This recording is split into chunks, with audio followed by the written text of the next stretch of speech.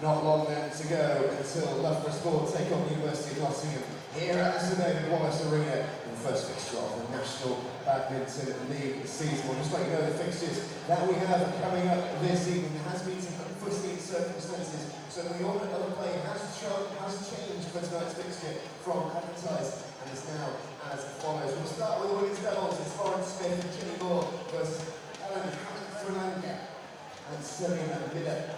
It's the men's doubles. Peter Briggs and Greg Mears will take on Adam Hall and Adam Qualina. And then it's the women's singles, Chloe Birch versus Yao Ji. The men's singles, Henry Yu and Skyland versus Eric Pang. And then the mixed doubles, Andrew Smith and Jenny Warwood versus Chris Adcock and Cheryl Simon. This change to the order of play has been agreed with both teams as the arrival of players from overseas has been affected by delayed and cancelled flights due to the adverse weather conditions in the East Midlands today. The University of Nottingham badminton players are intending on making their NBL debuts and are booked on a later flight. This fixtures could be subject to change. By the way, we are very, very excited for all the action that's coming up very, very shortly as well. And we've got a couple of brilliant pre-show cheerleaders for you as well. So we're very excited for that. It's all coming up very, very shortly.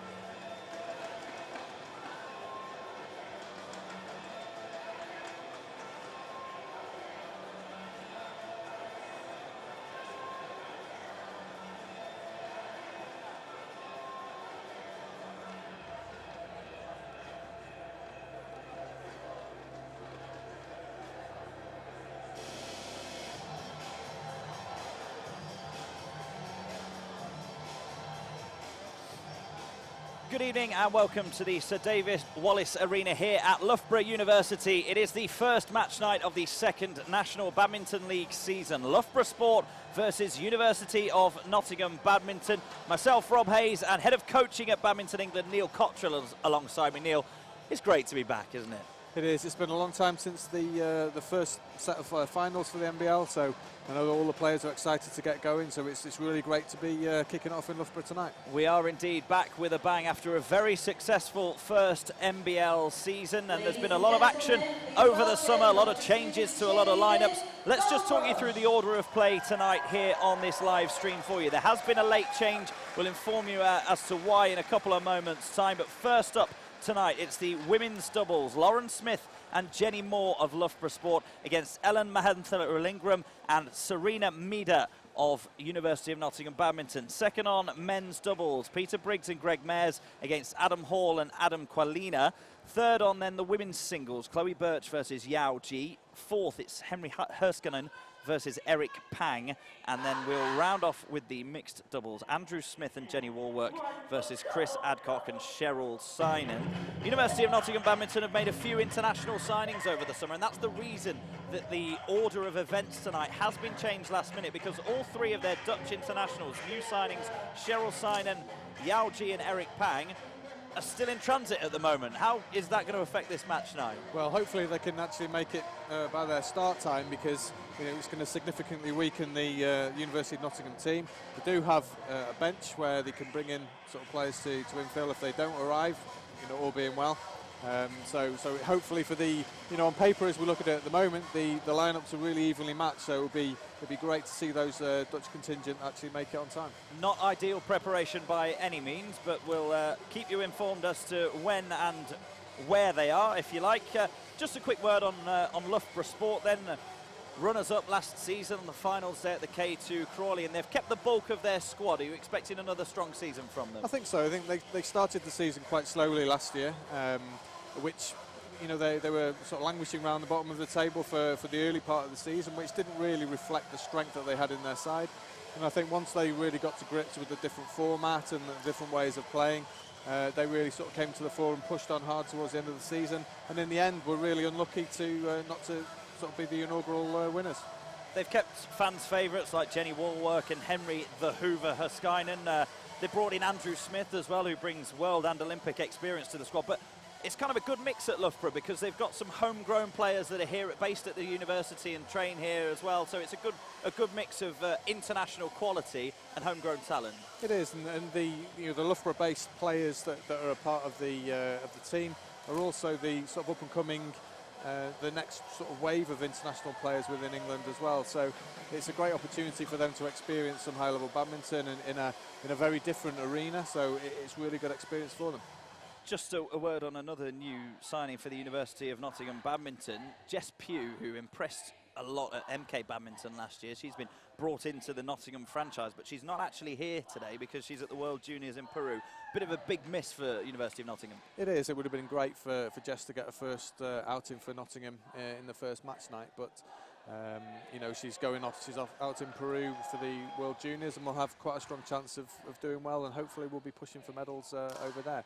It's been some years since we've had anyone on the podium within the World Juniors, so a couple of years ago then they did quite well and reached some of the later rounds, but didn't quite have the level at the time because they were a little bit younger. But now they've had a bit more experience, more exposure to senior badminton, so I think she'll do well out in Peru. And we'll look forward to welcoming her back to the NBL as well. Just a reminder that every match night in the NBL this season, one match is broadcast live on Sky Sports 4. Tonight it's Surrey Smashers versus Team Derby.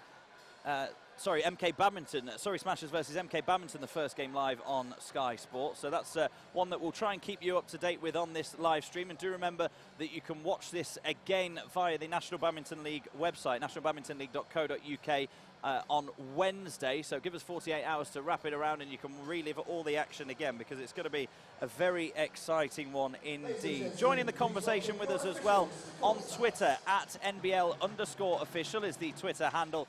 Make sure you use the hashtag NBL Badminton as well. Let us know where you're watching from, who you're supporting, who you're looking forward to seeing as well. The officials just being welcomed into the arena here at the Sir David Wallace Arena at Loughborough University. Decent crowding tonight, Neil, and that's a theme across the entire league. Most teams get somewhere near full capacity on the night. Yeah, I think it's been really good for the league, and I think each of the franchises have tried quite hard to get some home advantage and really get the crowd behind their team.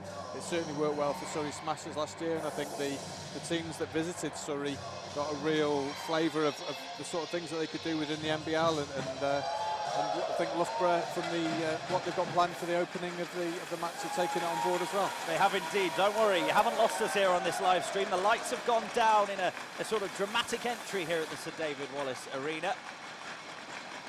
It is in complete pitch black as we get ready to welcome the players onto the court.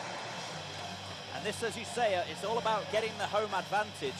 University of Nottingham Badminton don't travel very well at all. They get to win an away fixture in the NBL, and this kind of thing surely doesn't help them. Well, it just adds to the sort of, like you say, the drama of the event, and I know it's something that the players really enjoy. It's very rare that they come together in team competitions anyway, but when it's almost in this sort of professional environment that's with the lights and the videos and all this sort of thing, then it just adds that extra little bit, and I think that's the reason why we've been able to attract some of the wider European players to the league this season. Yeah, more and more of them watched it last year and have made themselves known and made themselves available to the 6 franchises here in the NBL. So it's good to see more internationals. As we keep saying, it's great to see young, homegrown talent getting to play against them, but not just getting to play against them, getting to compete and beat them on some fixtures last year. Yeah, I think just with the slightly different format within the NBL, it's levelled the playing field a little bit for the less experienced players to have a real go at some of these more higher level players. It is time to welcome the players into the arena, so we'll leave you with the pictures from the Sir David Wallace Arena as we welcome Loughborough Sport and University of Nottingham Badminton. The world number 7 and captain, Chris Adcock.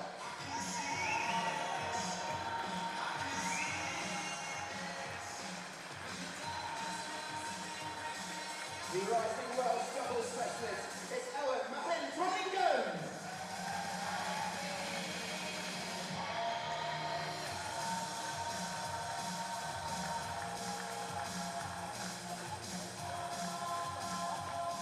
Back in the NBL frame, Serena Mida.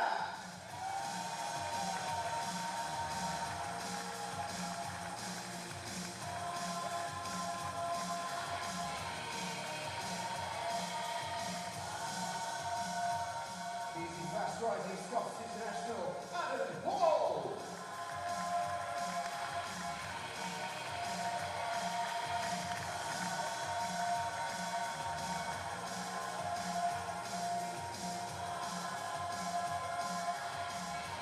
Starts being the NBL's first ever Polish star, Adam Promina.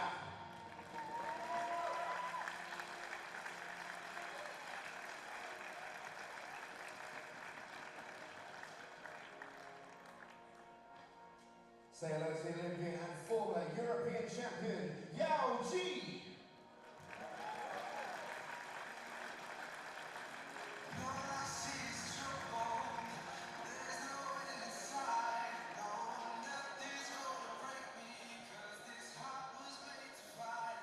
Another debutant, Dutch international, Eric Pang.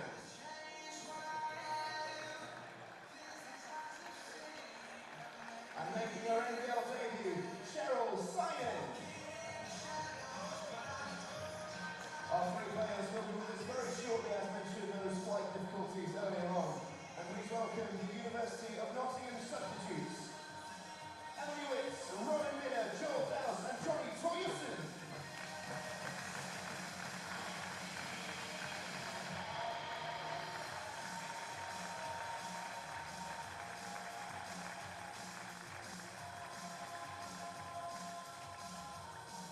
Ladies and gentlemen, this is the University of Nottingham National Badminton League squads.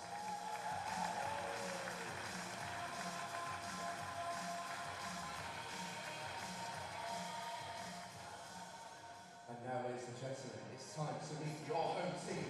It's the NBL finalists from last season. They are Loughborough Sport!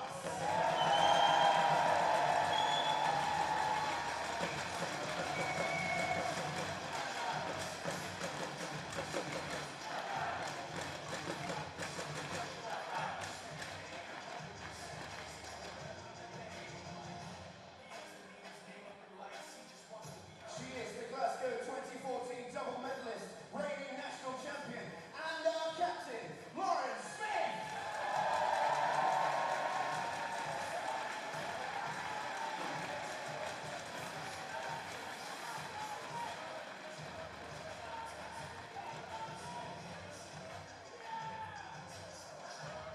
She's a 2015 national finalist, and she's one of our own. It's Jenny Moore.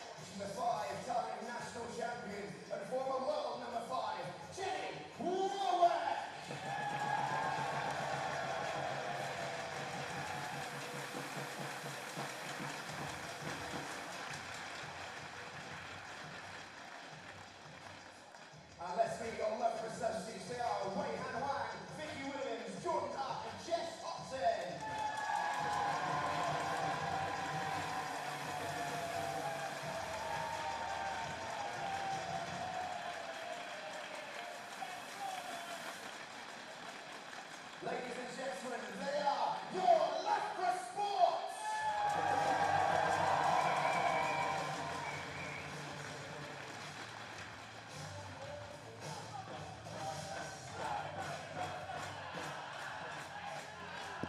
We are back in vision here at the Sir David Wallace Arena as the teams were announced, as we keep saying, in dramatic style. Lots of flashing lights, lots of smoke as they go through their handshakes. Now, the lights will just take a couple of moments to get back up to full speed. But first on court, reminder that we have changed the order of events here tonight due to the fact that 3 of the University of Nottingham badminton team are still travelling here to Loughborough today. So it's women's doubles first on. Lauren Smith and Jenny Moore of Loughborough versus Ellen Mahantha-Illingham and Serena Midder of the University of Nottingham badminton. Neil, how do you see this one? Well, the Loughborough pair would go on as favourites. I think they've got a little bit more experience, especially with having their captain go out first. Lauren Smith is massively experienced both domestically and internationally. She's in the top 30 in the world in ladies doubles, and it is the class act on court. We said before, Jenny is the homegrown Loughborough student and is playing in, sort of finding her feet in the senior European events at the moment and doing quite well, getting through a good number of rounds. And have been very successful to date. The Nottingham pair are much younger, they're a little bit less experienced, and it'll be interesting to see how Ellen deals with this, because when she made her debut last year, she was very much the young up-and-coming player, and in this partnership she's probably going to be the more senior player, so it'll be interesting to see how she can guide Serena through. We've got a bit of experience of playing in this format with the power plays and the timeouts and that sort of thing, so if they can use those things effectively, then it might level the playing field a little bit, as we mentioned earlier. Quick word on the format then, if you're not 100% familiar with the National Badminton League. They play best of 5 games, first to 9 points, and there's no need, as in what you'd probably call traditional badminton, no need to win by 2 clear points, so you can win a game 9-8. And then if it's all level at 2 games all, we go to the tiebreaker. Interesting here, because the winner of the tiebreaker is the first person to have a 3-point lead, or the first person to get to 5 points, whichever of those comes first. So it can be won 5-4 in the tiebreaker, and that has happened before. So not only is it the whole event as you like and playing in the team format, but it's the actual layout of and the structure of the games which adds to the excitement of this contest. Yeah, the games are a lot faster. They it's very quickly, can you completely lose a game? The players have to adapt, because obviously normally they play up to 21, so they have time to build their position within the game, but in this format they just don't have that chance. So if you make a fast start, then it becomes very difficult to actually catch that up. So that's what I mean. It has levelled the playing field a little bit, and it gives the faster players a bit of an advantage, because they can just hit the ground running straight away and try and get that level of advantage. That's what you've got to do. You've got to come out firing on all cylinders straight away. Another feature you'll notice here, this knockup will only last 60 seconds, so it's just a very short amount of time for them to familiarise themselves in this full arena. Yeah, the players will have been preparing sort of behind the stage, getting themselves mentally and physically ready to start straight away, because as you said, it's critically important that they make a fast start and they're at game pace straight away. A couple of other things to mention for you. You may see next to the umpire's chair there are 2 power play podiums. The shuttle's there with the pink tips. Power play can be played 1 per game and 1 per player throughout the entire event. If the player selects to play the power play shuttle and wins the point, it's worth 2 points to them. But if you're facing a power play from your opponent, you only still get the 1 point to play against. So it's interesting to see how and when the teams use those. Absolutely. I think that was probably the biggest thing that took a little bit of time for the teams to work out strategically when is the best time to play it. Some of the teams were using it or almost like saving it to win a match with it, or to win a particular set. So I think there's been a little bit of difference in how it's been approached. The other thing to factor in is that the shuttles fly slightly differently as well with having the pink tip. So we quite often see service errors or real sort of basic mistakes when the pink shuttle comes in. So it's massively important that they actually take advantage and make the most of those bonus opportunities. Ladies and gentlemen, we'll see how it's used Ellen in this women's doubles, because we are ready to get the 2015-16 NBL season underway.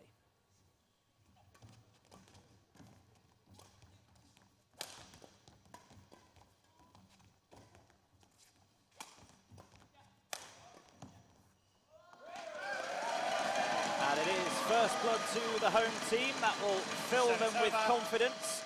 It's clad in purple. The seating's purple. People have got purple clappers. The players are in purple.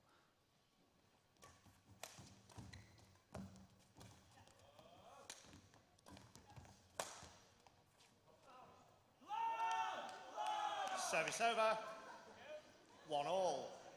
I think one of the features that you'll see in the way that the Loughborough pair want to play is very much that Lauren Smith will be hitting hard from the back of the court. That's one of her major strengths, is her power. So the Loughborough pair will look to engage that as quickly as possible and try and keep on top of the rally. Service over. 2-1.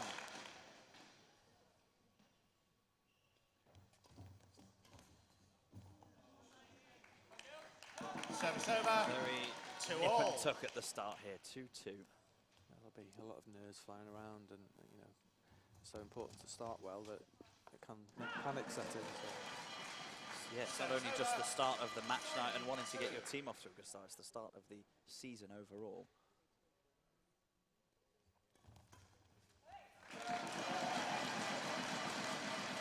Now a 2-point gap appears. 4-2. And as you say, in this quick-fire format, they can be extended very, very quickly. Remember, it's first to 9 points in each game.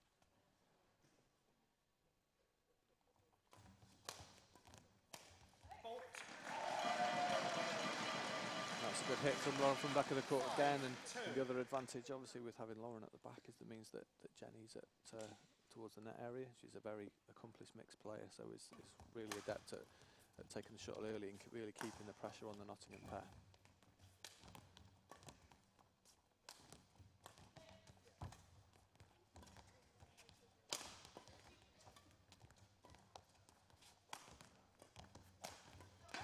Well, the Nottingham pair were keeping Jenny Moore out of that rally for as long as they could, but as soon as she was able to step into there, she killed it straight away, and now the 4-point gap. This first game is being controlled by Loughborough at the moment.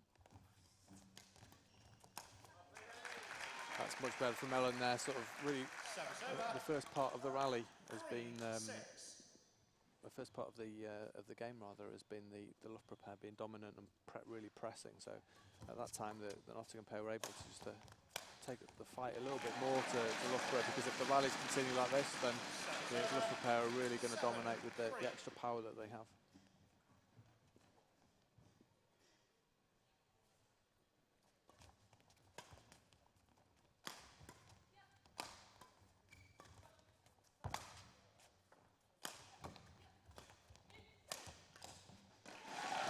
Seven-3 becomes 8-3, and we have game point early on match night 1 of this new NBL season.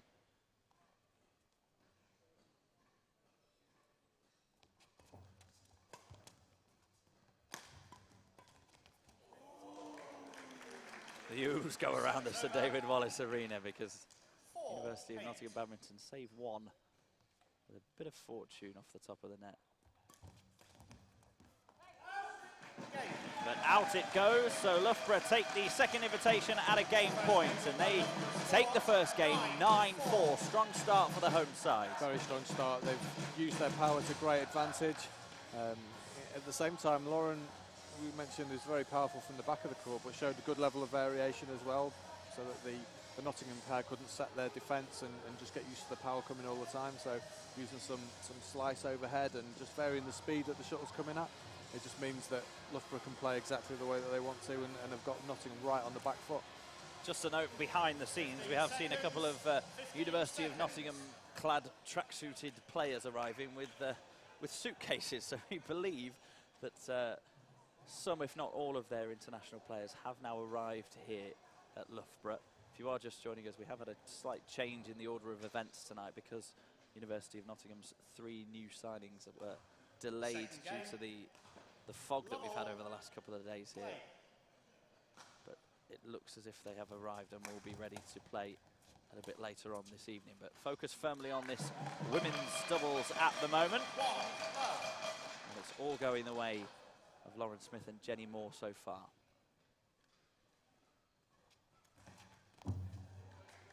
Service over. I feel that University of Nottingham pair have got to kill the rallies quite quickly. If they get involved in anything too lengthy, then they'll be outpowered. I think you're right. I think it's really important that they make a decent start to the second set, because you know, if they go 3 or 4 points down in this one, I really fear for them. Their confidence levels are going to be really low. So it's important that they just get a feel for the game and are actually competitive within the rallies, and that should hopefully then bring their level up.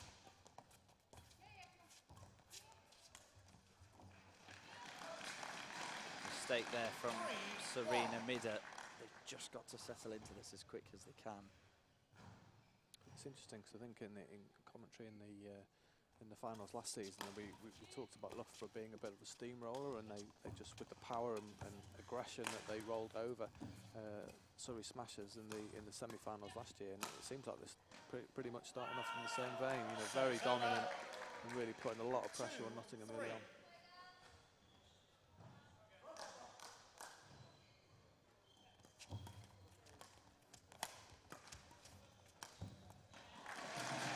Just constructing the rallies the way that they want to play them at the moment, Loughborough. University of Nottingham aren't able to dictate anything at the moment. Lauren Smith's playing a really clever game. She's just looking for the shuttle so early and really pressing in, so that there's just no time for the Nottingham girls to really set themselves.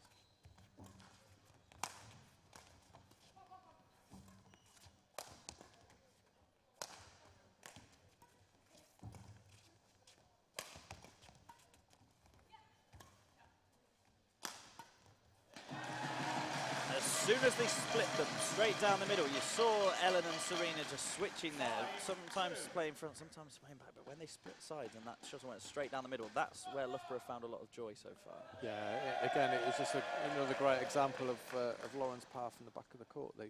Both pairs were sort of trying to find the space, and then as soon as the lift went up to Lauren, then you knew pretty much it was going to be a fairly short rally from there on. Service over. 3-5. It's more like the kind of point that University of Nottingham are hoping to put together. It's just about putting a few of them together in a row to try and build some momentum.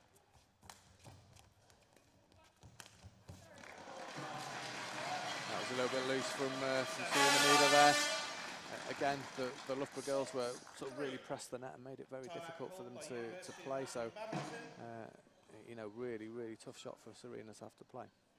Here's a new format for you to the NBL, something that we didn't mention when we went through the various different rules, is the timeout. One timeout allowed per team per event, and University of Nottingham Badminton's Martin Lewis has opted to call that now, with his team trailing 3-6 and by a game to nil already.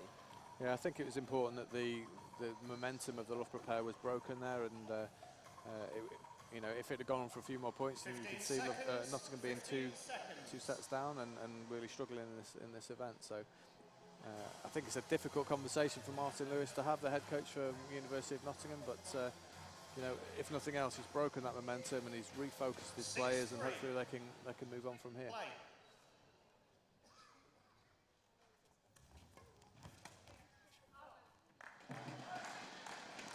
Quite the desired effect straight out of the timeout. 7-3 now to Loughborough.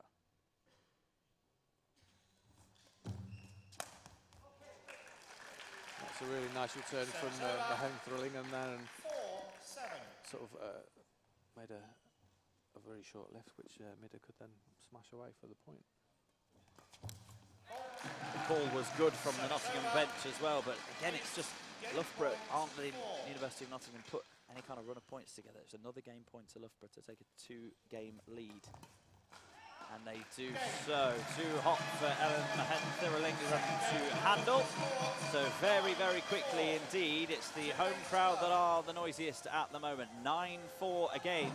Loughborough take the game. They lead now by 2 games to nil, Neil, and this could be over very quickly if University of Nottingham don't find a way back into it. The problem is that the Nottingham pair are being beaten in all facets of the game at the moment. Their defence isn't able to cope with their attack, and when they do get the chance to attack themselves, then it's only on rare occasions that they've actually been able to breach the Loughborough defence. So it's a tough one for Nottingham to really pull themselves out. They need a little bit of inspiration from somewhere, and hopefully that the Loughborough players' level will drop a little bit. See what they've got in the third game.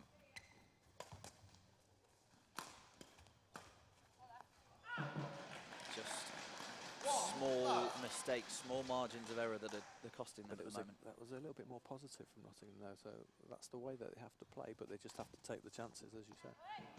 Yeah, it's head in hands from Mahentha Ralingam. 2-point gap already.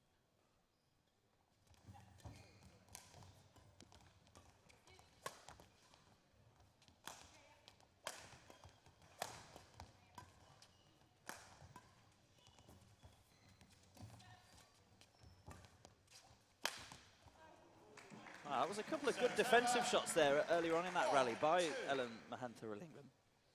She handled the power a bit better that time. They just moved the shot around and tried to give it so that the Loughborough players weren't set when they were hitting down, and a rare mistake from Lauren Smith from the back of the court. 2-point advantage restored very quickly though by Lauren Smith and Jenny Moore.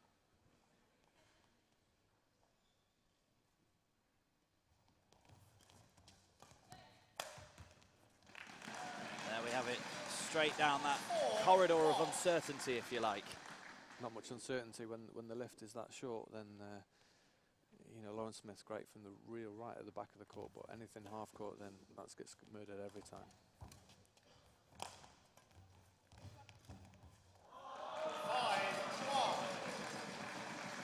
Pretty good at the net as well. That's a really good take from the, you know, did sort of get the slice of luck with the net cord, but took the shot so early, then had every chance of going over.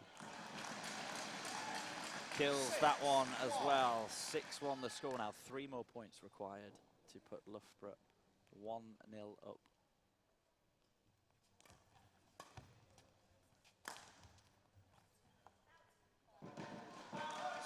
Long from Serena Midder. Power play is being taken by Lauren Smith and Jenny Moore. Jenny Moore will serve it. If they win this point, it is victory for them. 2 points, remember, on offer for the team that chooses to play the power play, and they played it at the perfect time. Into the net from Mahentha Ralingam. The power play shuttle goes into the crowd, who celebrate the third game 9-1. Loughborough Sport clinical there. 3-0 they take the women's doubles, and they lead 1-0 on this match night. Absolutely, I think this was one of the strongest events for Loughborough on paper. And you know, we said right at the top of the stream that, you know, with the format, then things can be levelled a little bit, but the Loughborough pair, Lauren Smith and Jenny Moore, really showed their class and their power and their pace and control, and just completely dominated that. They absolutely did. Very quickly indeed then. It is last year's finalists, Loughborough Sport, who are into a swift advantage. The home crowd very much enjoyed that, and we talked about when would the power play be used. Some teams like to save it in case there's a tiebreaker at the end, because it does give you a very strong advantage in that, but used at the perfect time there, and that third game, really, do you think that the University of Nottingham pair already felt that they were beaten? I think the way that the first 2 games had gone, then it would have taken something exceptional for the Nottingham pair, and I just think on this day, with the lack of experience against, you know, higher ranked players, then they just didn't have it in the locker today. But you know, it's been a great experience for them. Probably not an enjoyable experience, but hopefully something that they can learn from and pick out areas of the game that they can develop and move their games forward. Quick turnaround here at the Sir David Wallace Arena at Loughborough University. We are just about ready to get the next match on the way here. Peter Briggs and Greg Mayers of Loughborough Sport versus Adam Hall and Adam Qualina of the University of Nottingham Badminton. Are we expecting, or are we hoping for a bit of a closer contest in this one? I think this one will be closer. Obviously, Adam Qualina is making his NBL debut, so you know, hasn't had experience of playing in the short format with the power plays and timeouts and all the other features. Adam is a young guy. He's Scottish #1 junior a couple of years ago, and he's making his way in the senior tournaments at the moment. Had a good weekend out in Hungary. Got through to the later stages of the men's doubles there, so he's a real up-and-coming star for in British badminton at the moment. So it'd be great to see how they gel together. And you know, against them, the Loughborough guys of Greg Mayers and Peter Briggs have played this format a couple of times. They've had good experience. They've beaten some higher-level players. So, you know, on paper you might think that because of their experience, you might favour the Loughborough guys, but but certainly the Nottingham boys have really got that level of play that certainly could take this. They have indeed. The two Adams of Nottingham. Qualina, as you say, is the first Polish player in the NBL, which shows how far-reaching it was last year in its successful inaugural season. A word on Adam Hall, though, because he was arguably one of the picks of last year's competition, and was exactly what the tournament's about. This pair are exactly what the tournament's about. An international player that's coming into the English scene here, and Adam Hall, who is an up-and-coming youngster, homegrown here in Britain, really excelled last year. Yeah, he was the one of the real stars of the competition. I think he didn't start the first couple of games, but then made a really good debut and sort of successful and really showed that he could deal with this level of competition, and has played really well so far and thoroughly deserves his men's double spot in the team alongside the other Adam. I think it's really interesting. I'm interested to see how Quilina plays. He's one of the top men's doubles players around Europe at the moment. He's been really successful and is a really strong, fast men's doubles player. So I think he's a really great addition to the NBL, and it just shows the sort of ambition of the University of Nottingham Badminton to sign him up for the season. Yeah, he is currently world number 27, Adam Quilina, so he is a top player indeed. He said he watched all of the first season and every game was tight, and he really likes the format and thinks he'll be well suited to it. So we'll see how this pans out. It is the second event of match night 1 here, the second season of the National Badminton League. It's the men's doubles.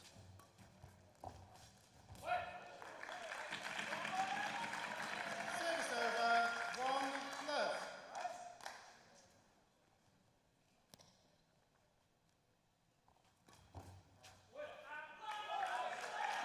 This will help University of Nottingham Badminton just settle in here. A couple of gifted points, really. Yeah, it's been a nice fast start for them. Just a half a second delay while we waited for the call there. Craig Mayers let it drop and wasn't sure.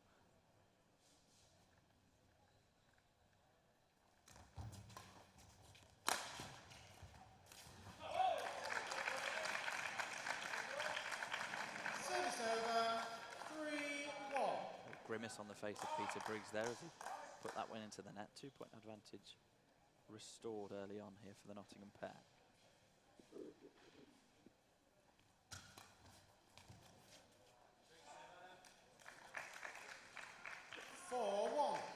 Some fairly loose points early on. I think obviously, yeah, all these guys are nervous and want to put on a good show, and you know, the men's doubles as it is, it's so fast and furious with good control needed around the net. Then until you can really get to the pace of the game, it's quite common to see these sort of like really tense sort of early stages of a game.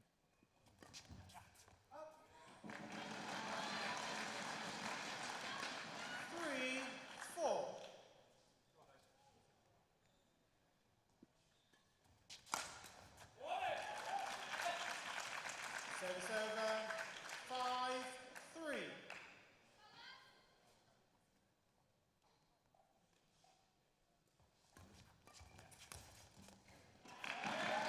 It's nice early from Mayers there. Sort of half a chance really, but took it so early and with good control that it made it really difficult for Quilina at the net.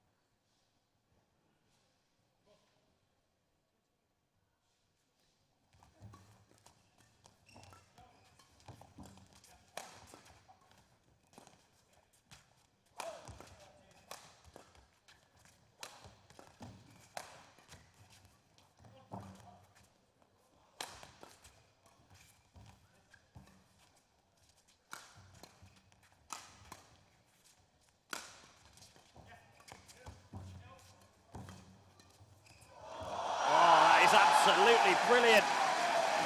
Brilliant from Greg Mayers. Longest rally of the match so far. That's the kind of rally that the crowd like to get into and finish off in style. I think the more we get into this match, the more of those sorts of rallies we'll see. All these players are really, obviously, highly skilled and really fit athletes. So, you know, those sorts of rallies at that pace, and then for Mayers to see the spot, the space on the court and have the control just to pull it out. It was an absolutely fantastic shot. Great to watch, and it's levelled us up here at 5-5.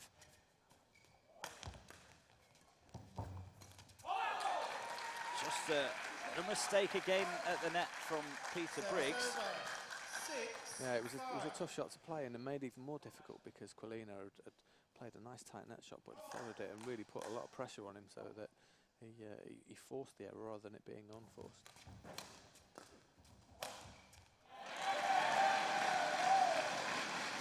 6-6, we're level again. We said we wanted a closer contest in this men's doubles. We've got it so far. 6 all.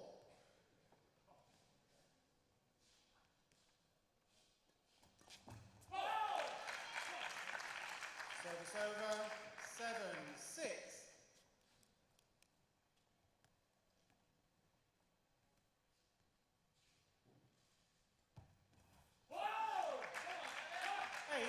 Game point. A couple of points in a row for Adam Quilina and Adam Hall, and they have a game point here to get the first game on the board for University of Nottingham Badminton tonight. And they do get it. He's quite vocal, Adam Quilina, and this is his first game in the NBL, and he'll be feeling a lot better about it. Yeah, certainly men's doubles at this level is very aggressive, and quite often the pair that can be a little bit more intimidating and really put pressure on can be really successful. So it certainly seems to be the way that Quilina plays, and he's bringing that out of Adam Hall as well, who's normally a little bit quieter. So they're both looking really pumped up and feel like they've got the momentum going with them. In contrast, if you look at the Loughborough pair, look a little bit shell-shocked. They were right in there, nip and tuck all the way through, and then the Nottingham guys were able just to raise a level a little bit at the end and managed to take the first set. 3 points in a row from 6-6 to 9-6. So University of Nottingham Badminton 1-0 to the good here in this men's doubles match.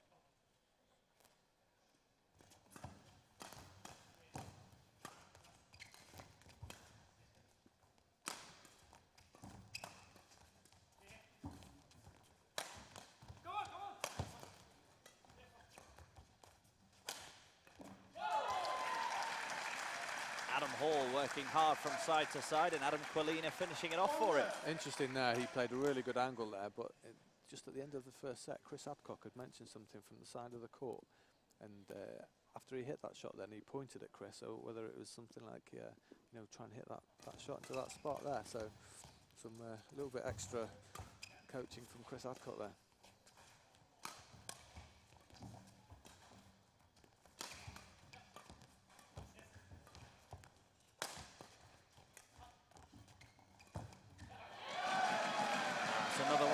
Fascinating ones where you get to see the skill of each and every one of those four players out on court. It's interesting because the way that Hall and Quilina are moving around each other, it looks like they've been playing together for some time. They almost know where each other's going to go. So they've obviously built up a really good understanding very early on. Quilina signed for University of Nottingham in August of this year, so he has had a couple of months knowing that he was going to be playing in the NBL to get himself used to it, but with their regular season it's difficult for the NBL teams to get much training time together.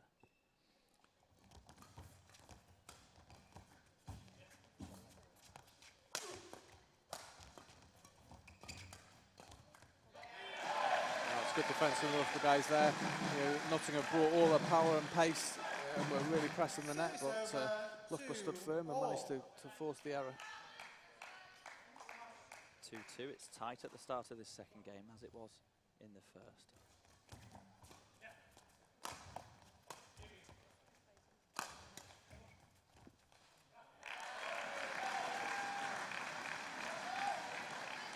Good awareness of the dimensions of the court there from Peter Briggs. Lets that one sail over and out beyond him. So they're 3-2 up now.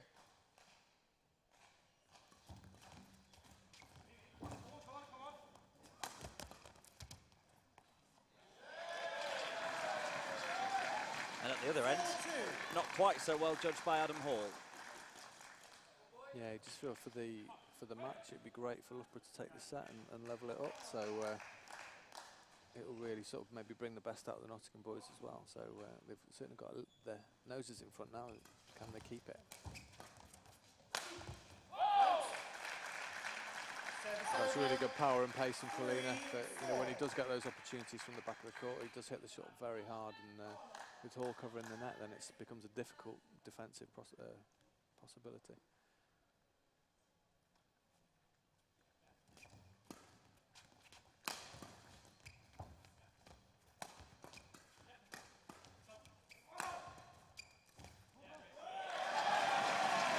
Much nicer at the net this time from Peter Briggs, cutting it all the way across, re-establishing that 2-point lead. Yeah, it's a great angle. One of Pete Briggs's major attributes is the coverage that he has at the net. Being such a tall guy, then he's there so early, making it very difficult. But he's able to hit those really sharp angles.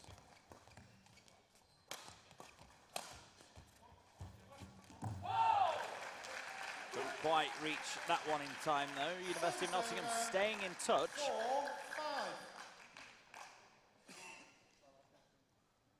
There really isn't an awful lot to choose between them at this stage.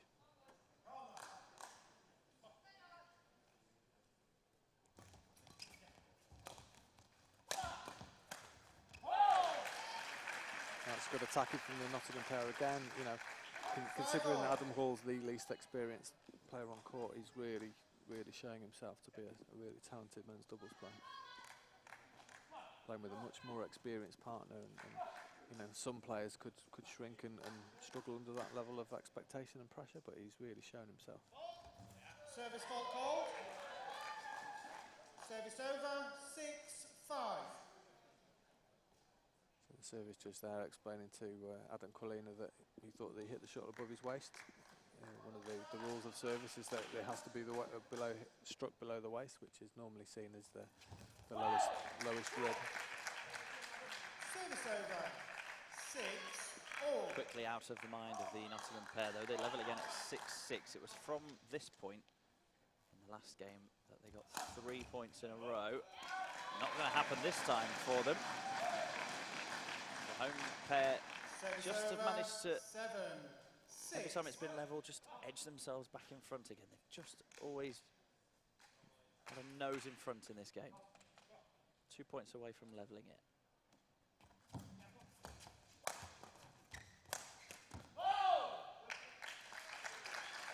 Adam Colina called that a long time before the line judge did.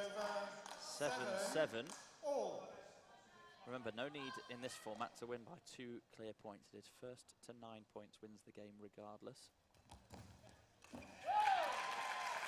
That's really tidy from Colina there. Really good serve and had the presence of mind not just to hit hard. Saw a little space on the forehand side and just controlled and cut the shuttle down into it. Really good shot. Game point for University of Nottingham, looking for a 2-0 lead. And they get it as well, and it's a good, strong reaction from Adam Colina. 9-7, a little bit closer this one, but again, it's gone the way of the Nottingham pair. Yeah, I think he's clearly enjoying himself, and he's playing really well, and bringing Adam along with him for the ride too. So a real tough ask now for the Loughborough pair to get themselves back into this, but certainly not beyond them, because as you say, they've been in the games, the 2 games so far, so if they can just keep that level of composure and not force it too much, but at the same time try and knock the Loughborough pair out of the Nottingham pair rather out of their stride, then this game's still not over. Certainly is not over, but it's looking favourable for University of Nottingham at the moment. Remember, they trail 1 event to 0 overall on this match night, having lost the women's doubles earlier on. Looking to hit straight back here, and they're going the right way about it.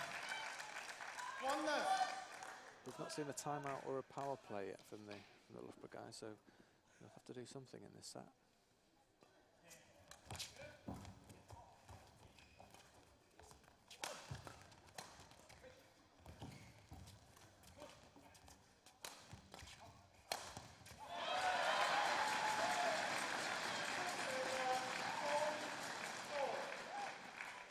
A little bit more control over that rally then, kept the shuttle going down, and were a little bit more patient and waited for the easy kill, which Peter Briggs then was able to dispatch quite comfortably.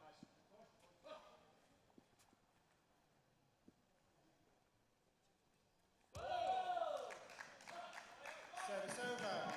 2-1. But they could do without those kind of errors creeping in straight after they've had a positive point.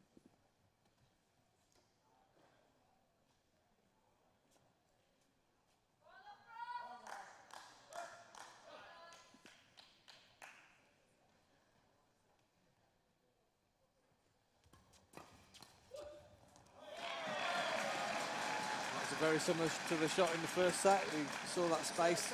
Really difficult shot to execute there. Had to have a really good control over his racket head, but just steered the shuttle into that spot for a clean winner. Really good shot again from Greg Myers.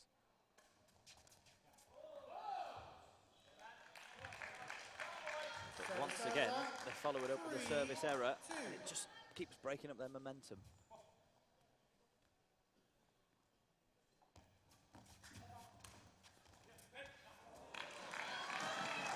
Look, not quite on Adam Collina's side. They give the net a bit of a stare there, as if to say you should have been more forgiving.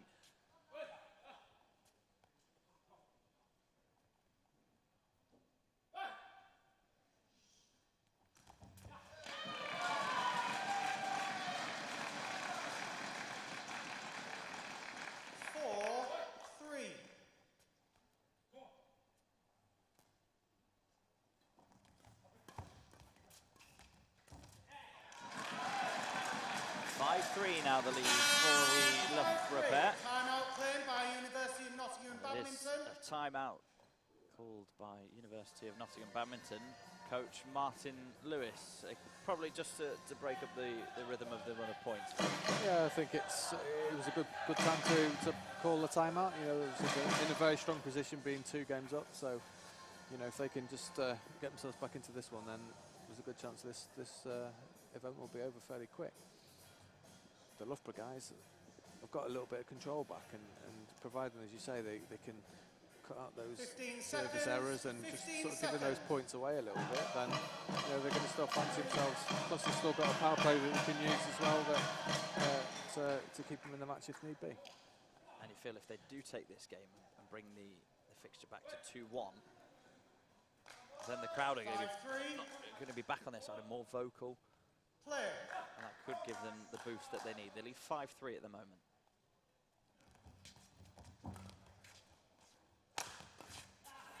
First point out of the timeout goes Loughborough Sports way as well. 6-3.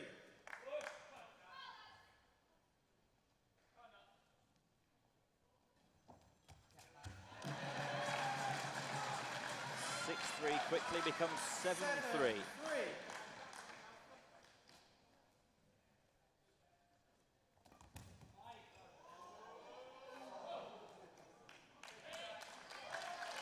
Service over, 4-7.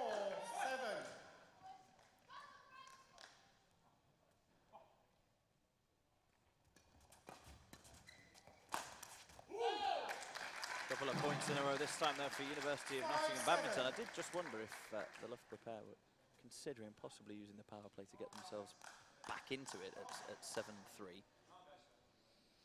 Yeah, they could have taken it then. I think now it's that opportunity's lost. But if they were thinking about saving it for a future game, they might not get to that future game, because this is 3 points in a row now for University of Nottingham Badminton. Absolutely, and Power play claimed by University of Nottingham Badminton. I was just going to say the more experienced pair of Loughborough that are used to playing this format possibly have missed a trick there and are in real danger now of Nottingham stealing the march on them. They are, and of course Loughborough Sport cannot now use their power play because University of Nottingham have employed theirs. So Loughborough Sport win the power play point, so it is just a 1 point for them because they didn't choose to play their power play, but they've saved what was going to be a match point, and they have a game point of their own now.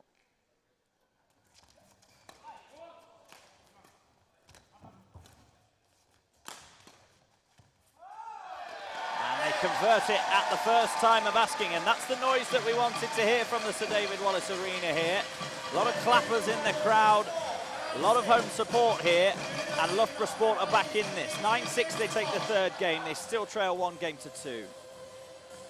Yeah, it's a much better showing from the Loughborough guys towards the end of that set there. You know, a little bit more solid and a bit more positive.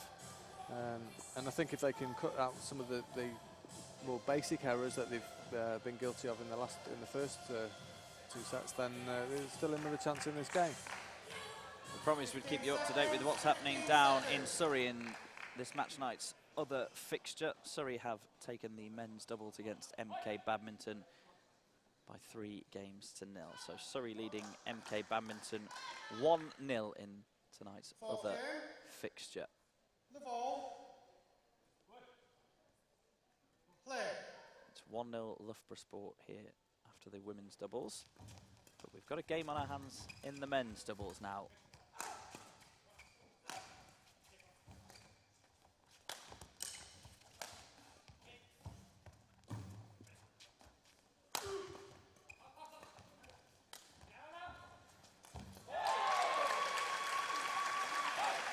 Good variety of shot there from Adam Quilina. Looked like he was going to swing all the way through that again. Just dropped it a bit shorter. Yeah, he just cut across the inside of the feathers there, just to take all the pace out of the shuttle. And Adam Hall was alert of the net to kill the winner.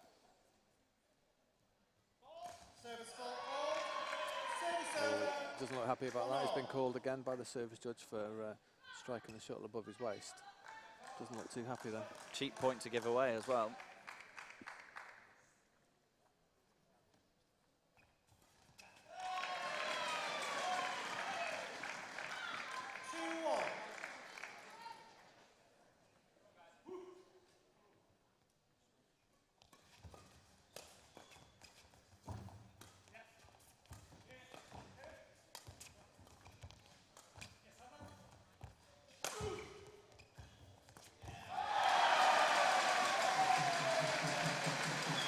For a big guy, Peter Briggs was into the net so quickly then. There was only a half chance, maybe not even a half chance, but it was so quick to see the opportunity and just stuck it on the floor. Fantastic shot.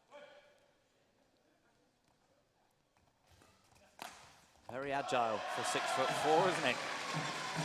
Yes, and Loughborough certainly got their tails up after taking the last game, and having a 4-1 lead now in this one, you've got to fancy them as favourites to force the tie-break.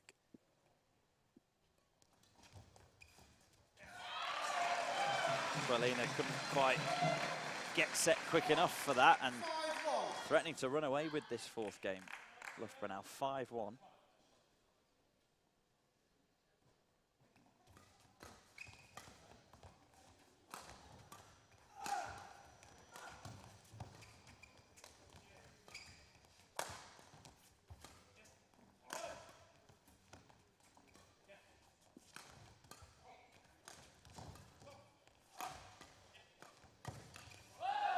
Briggs was almost playing that point on his own. He was flying around the court there. He does cover it very, very well.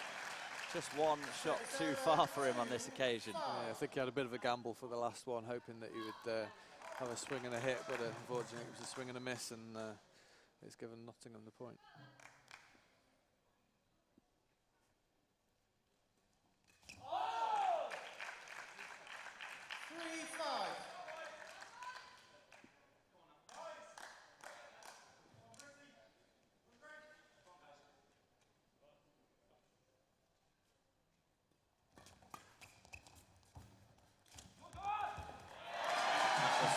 Another example of the soft touch that Peter Briggs has got at the net there. No way for Adam Hall to get all the way across and reach that. Yeah, one of the more difficult skills in badminton is to move quickly and hit soft. And he was in so quickly then and found a really good angle that Hall was just not able to cover.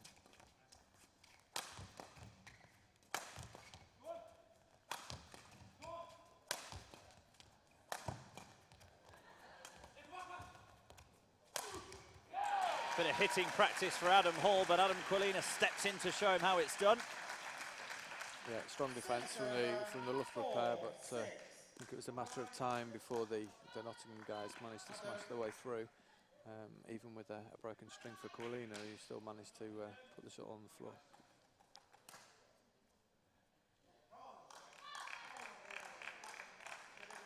(4-6) now with Quilina serving.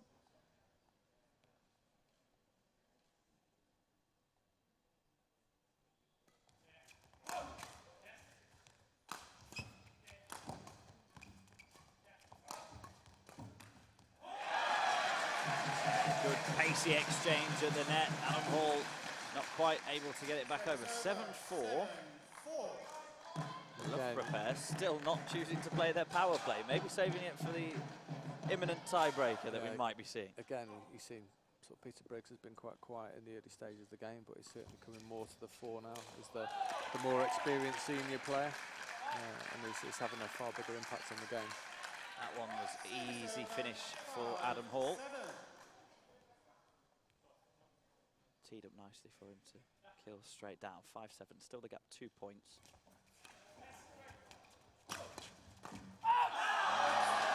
Adam Hall's tried to duck out the way of it. It's caught his shoulder, so it is game point to Loughborough Sport. A chance to level at 2 games each and take us to a tie break for the first time in this 2015-16 NBL season.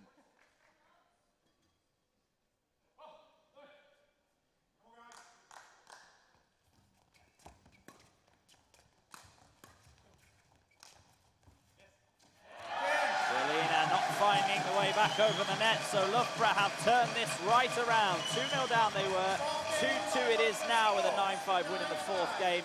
Here comes the tie-break. I think on balance, that's about right, isn't it? The University of Nottingham pair had a really electric start and really took it to the Loughborough guys, and then as Peter Briggs has come more into the game, then he's had a big influence on the second half of the match. So to actually see a tie-break is a great thing for us, and I'm looking forward to see who's going to win it, because it's difficult to predict at the moment. It is indeed. Just looking at the power play podium there, doesn't have the pink shuttle on it for Loughborough Sport. Is that the power play shuttle in Peter Briggs' hands? Final game, Loughborough Sport playing their power play. It is indeed. So they saved their power play. This for a chance to take a 2-love lead in the tie-break. Remember, first to 3 clear points, or first to 5 wins it. And University of Nottingham have stopped Loughborough Sport from converting their power play point. First blood Nottingham in the tie-break.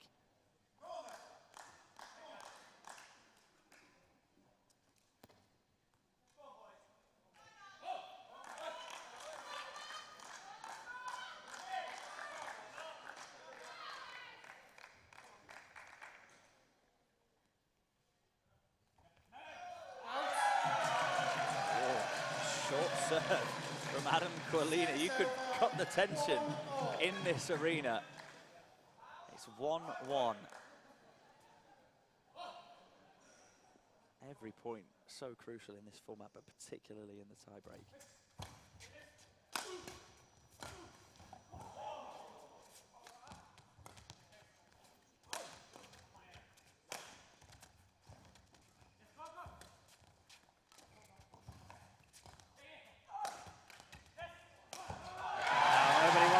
A mistake, but it wasn't a clean contact for Adam Quilina, and it was finished off by the Loughborough pair. 2-1 they lead now.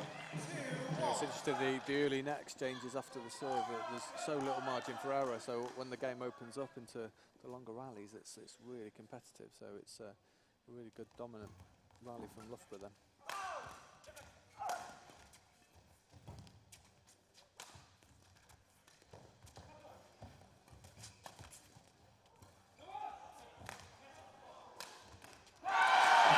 Covered a lot of ground to get the first one back, but they can't get the second one back.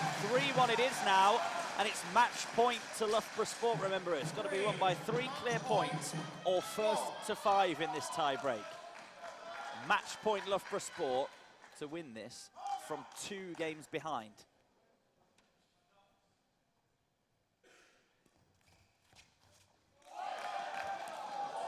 Ooh.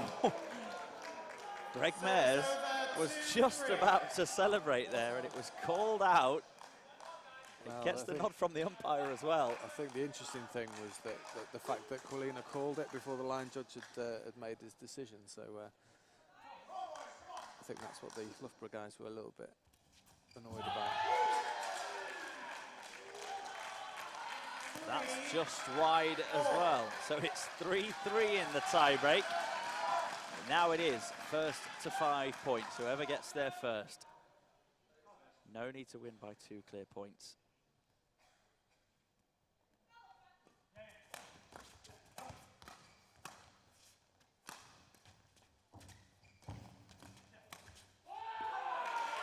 Goes wide, it's 4-3, University of Nottingham. They have a match point now, and the timeout is called by Loughborough Sports' Andy Wood. What a time to have a timeout. Yeah, that's an interesting call. I suppose you may as well use it and have a chat with the players, but wow. I'm not quite sure what you can say strategically about different ways that they can play. It's literally just to break the fact that Nottingham won the last point. We will only play 2 more points in this event. It's match point to University of Nottingham Badminton. After Loughborough Sport had a match point, they played their power play at the start of this tiebreak. All the different aspects of the NBL all on show for you in this tiebreak, and that's why we love this format. That's why the first season was so successful, so entertaining. That is, of course, why we're back as well. Match point, University of Nottingham Badminton.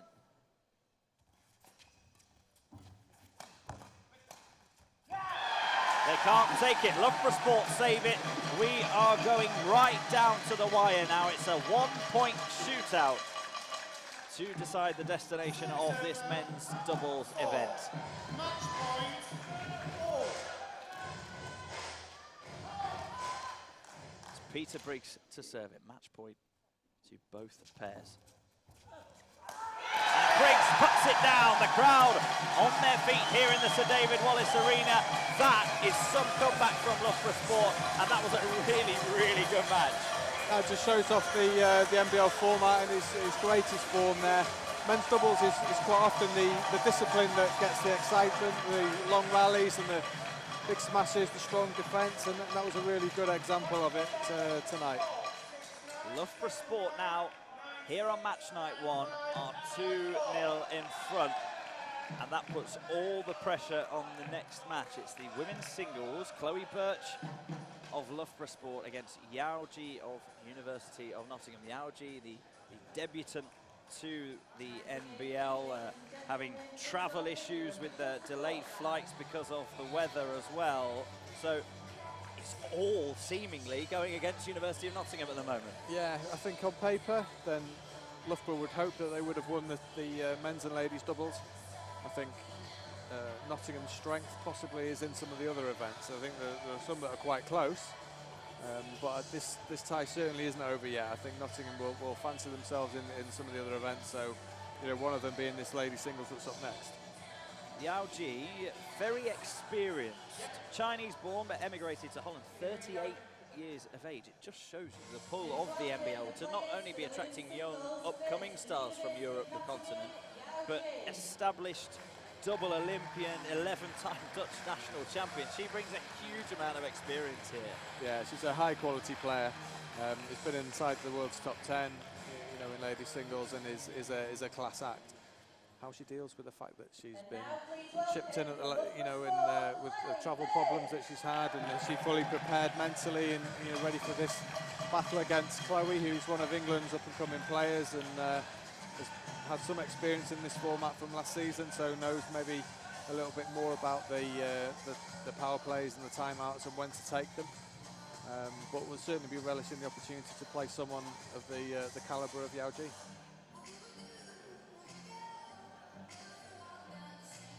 It's going to be a fascinating match. Yao Ji is a singles specialist, but as we say, during the first event here in Loughborough, we watched Yao Ji wheel her suitcase in. She has honestly just got off a plane within the last couple of hours. We weren't even sure. We had a contingency plan. Well, University of Nottingham Badminton had a contingency plan in place in case she didn't make it on time. But a player of her calibre should have, from experience at the very top level, be able to focus relatively quickly, even though she does only have a 60-second knock-up on the match court. Absolutely, yeah. She would have been preparing, as we said before, in the warm-up area, and will be obviously is very experienced, is used to playing in front of crowds, so we'll be able to handle the occasion. The interesting thing for me in this game is obviously you've got the young player who's up and coming against the player who's seen it and done it, and probably not at the peak of her powers physically, but tactically and technically a high quality player. So can she deal with the pace and the power that Chloe will be able to bring to her? Not long to wait to find out. As we say, the short 60-second warm-up on court is all that they get. They do have a warm-up area backstage here, but not very long to acclimatise to the arena court. As quickly as that, we are on to the third event of match night 1 here at Loughborough University. Loughborough Sport 2-0 to the good. Chloe Birch takes this one. Thank you. The match night Chloe itself Birch to serve. is won by Loughborough Sport, but just a reminder that each event won does count in the league table. Serve, 1 love.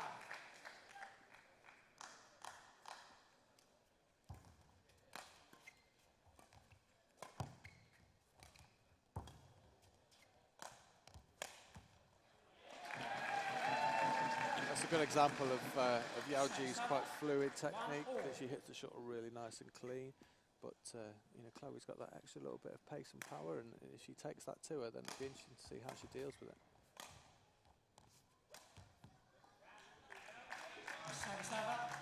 Yeah, you don't see Yao Ji as the kind of player that's going to be running side to side, sort of throwing herself around the court. She'll be the one that's looking to dictate the rallies. 18 years between them.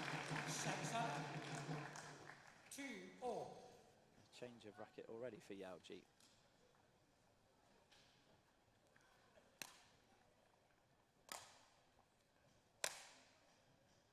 Thank you. 2-2. Just getting a feel for that new racket too early It's on here. unusual. She looks like she's actually got a completely different model of racket compared to what she started with. It's the players normally will have a bag full of rackets that are all the same, strung to the same tension. So you know, irrespective of which one they pull out of the bag, then it's an equivalent hitting experience. But this one looks a little bit different.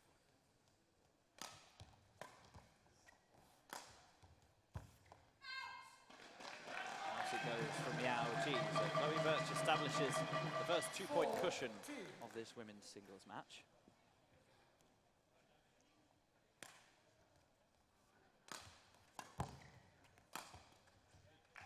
Serve. 3-4.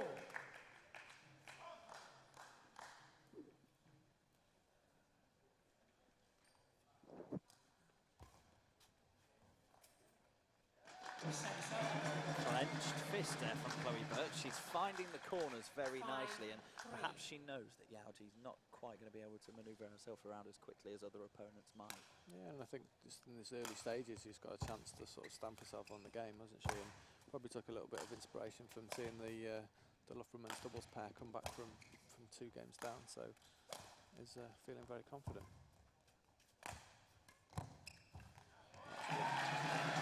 There again, just forcing Yao Ji to push herself around the court. It's one thing employing that tactic, but another thing altogether having the accuracy to execute it. That's right. You know, Chloe used the power in her legs then to take the shuttle early and play a nice cross-court angle, so making it very difficult for Yao Ji to read what she was going to do, then also have to travel to get there as well. So she's obviously feeling pretty good. Like you say, we've seen a few clenched fists, and she's pumped and looking to win this game.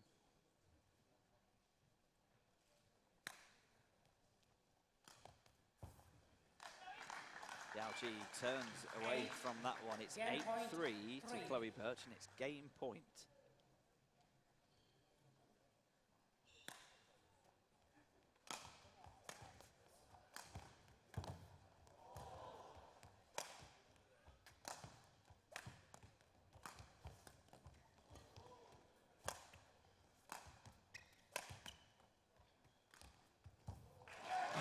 Good rally, but Yao Ji not able to finish it off, so it's comprehensive in the first game for Loughborough Sports' Chloe Birch. 9-3 she takes it. Yeah, I think in the last rally, Yao Ji threw all her technique at Chloe then, and she just soaked it all up and played with pace and power and was successful. So a really good start from Chloe there. I was expecting Chloe possibly to take the first set, but not quite as comprehensively as that. So it'll be interesting now if she can maintain her level, and if Yao Ji comes more into the game once she gets used to the pace and sort of the flight of the shuttle and the arena and the noise and all the other variables in there. Well, that's it. She's got to settle very quickly to make those travel disruptions worth it. As we say, they've gone to great lengths to get here today for this match night. But in this quick fire format, could get away from her very quickly. Yao Ji needing to use her experience here to settle. That's much more like what we're expecting to see from her. Absolutely. She just made that extra little adjustment there, got to the right position to hit the shot and then hit the clean winner.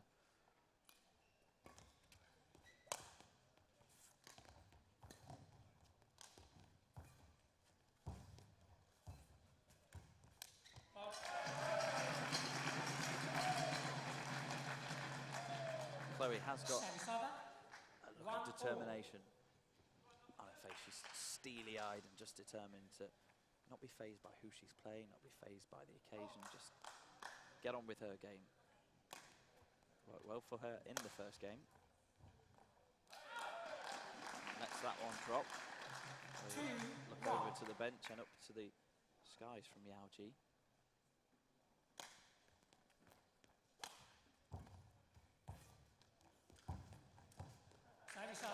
Manages to step in and take that one nice and quickly. 2-2 now.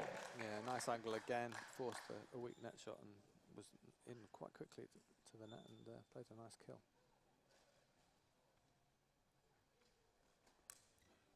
It's another hand to the head from the service error.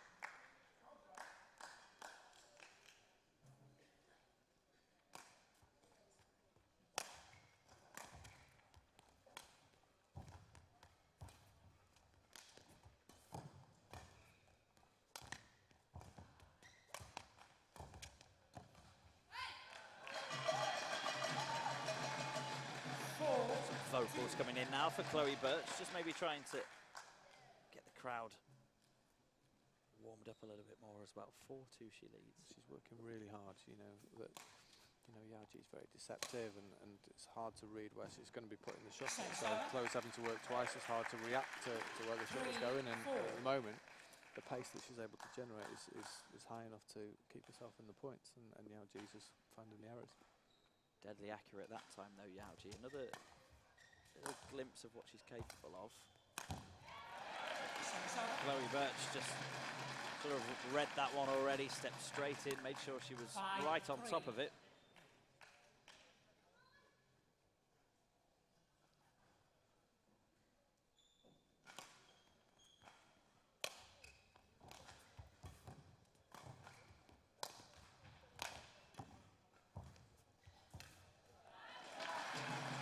And it's just that reach down when it's dropped very low very quickly from Chloe Birch that Yao Ji's not quite able to pick up. No, that's it, and the thing is she's moving to the net so early and taking the shuttle so early, it actually becomes a far more difficult shot for Yao Ji to play as well. So it's a really good tactic from Chloe Birch.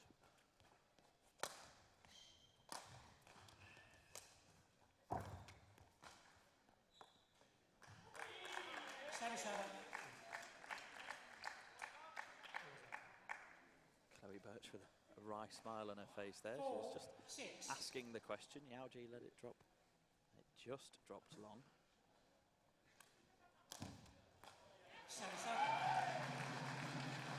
That's poor service though. Exactly, yeah. Not the kind of service that's going to put Chloe Birch under any kind of pressure at all. Especially when you work so hard to win the previous rally, and then to give the point away is quite cheap.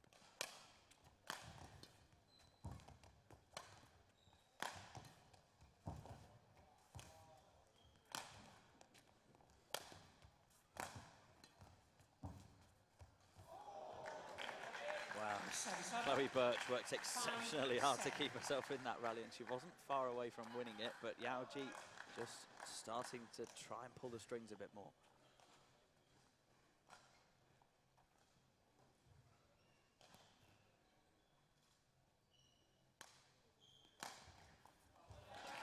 That's the perfect response again from Chloe Birch. 8-5 she leads now. It's game point to go 2 games in front.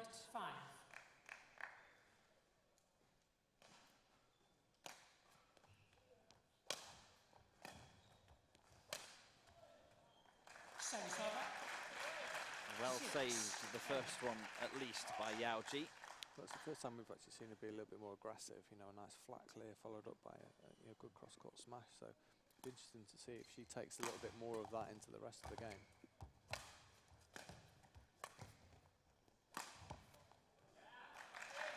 Out it goes. Second game point saved. You feel that whatever Yao Ji has been doing has not quite been working against Chloe Birch, so it maybe is that try and take the rally a shot earlier or just try something slightly different. Yeah, she's just sort of relied on her technique and to try and play the shuttle around the court and move Chloe around, whereas the last few points have been successful by being a little bit more positive and actually trying to do something rather than relying on Chloe losing it. So Martin Lewis, the Nottingham coach, has had to tell Yao Ji what that pink shuttle's for. It's the power play. 2 points if Yao Ji wins this point. It gives her the second game.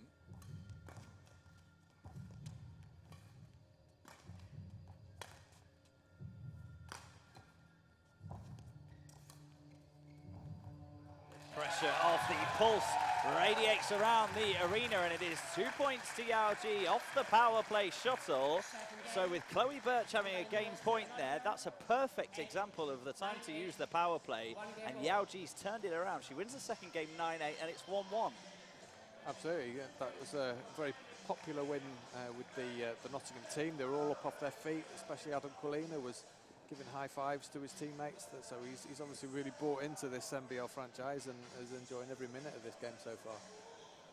I think Yao Ji will be feeling a little bit better about it now. That's a good call from her coach Martin Lewis, because she was getting ready to serve with the regular shuttle. She'd saved 2 game points.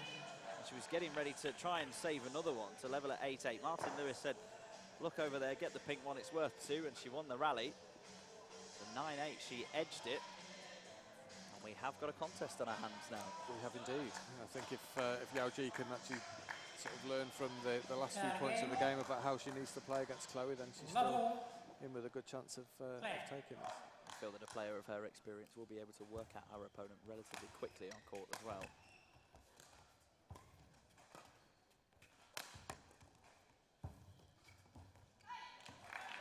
Seven. 1 love.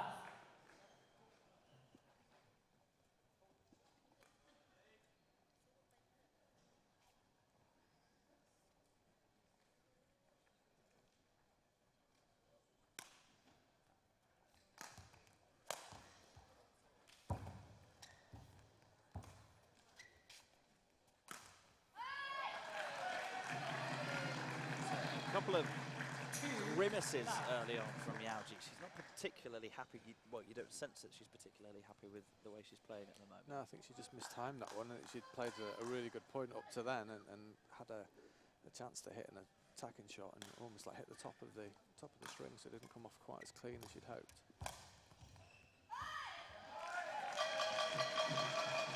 I have to find her touch quite quickly here. Chloe Birch has responded perfectly from having that second game snatched away from her. 3 love up now.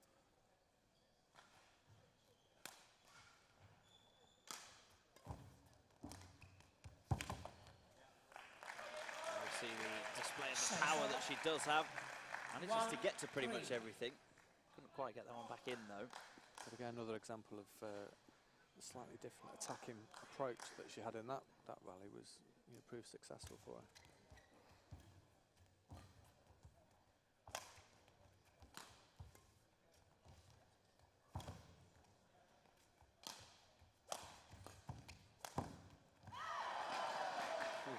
Just wide again, Chloe Birch again looking up towards the umpire.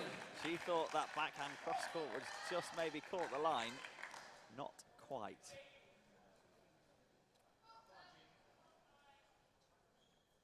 Two, 3.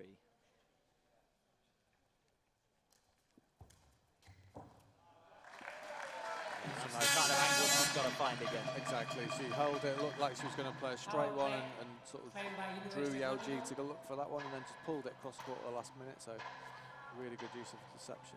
Time out. Time when The umpire getting confused with some of the different rules in the NBL as well, saying a power play called by University of Nottingham. They've already played it umpire. We're having a timeout instead. 45 seconds or so for the 2 coaches to come on.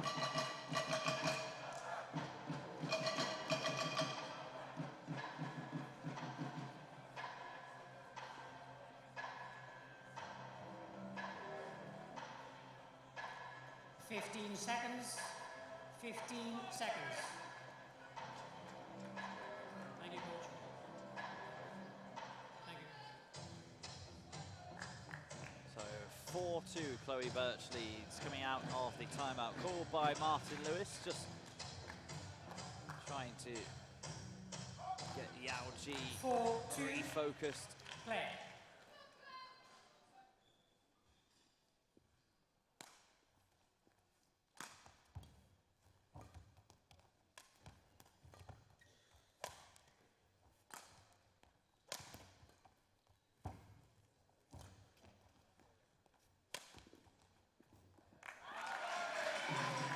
The clenched fist from Chloe Birch. 5-2 it is now. That's always a significant point, the first one after the timeout. It's quite often that the team that takes it wins that point, so for Chloe to maintain a concentration and keep the momentum is a big thing.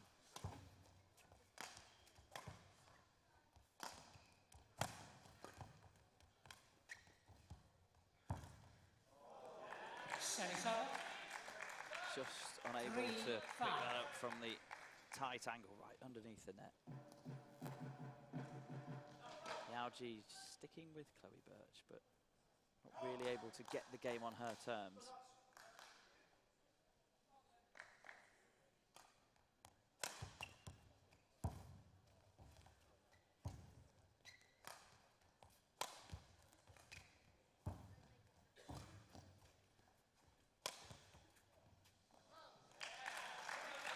You can just see that when Yao Ji does start to play those deft little shots, she has got plenty in her armoury. Yeah, she's a very elegant player, sort of very relaxed and hits a shuttle very clean under normal circumstances. So, you know, Chloe's just got to stick with her and just sort of try and use her physicality to overcome Yao Ji's technique. Yao Ji lets that one go long, so it's 5-5 now. I think it's also important and a good learning curve for Chloe here that she needn't panic. She just needs to. It just looks like the last couple of points, then she's almost like overplayed it. She just needs to try and build the rallies as opposed to just go for everything and just keep the pace high. And I think she could well be successful in the game.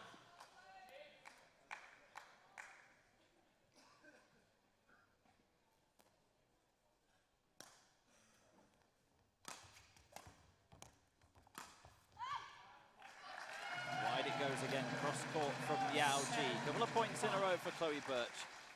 7-5 it is.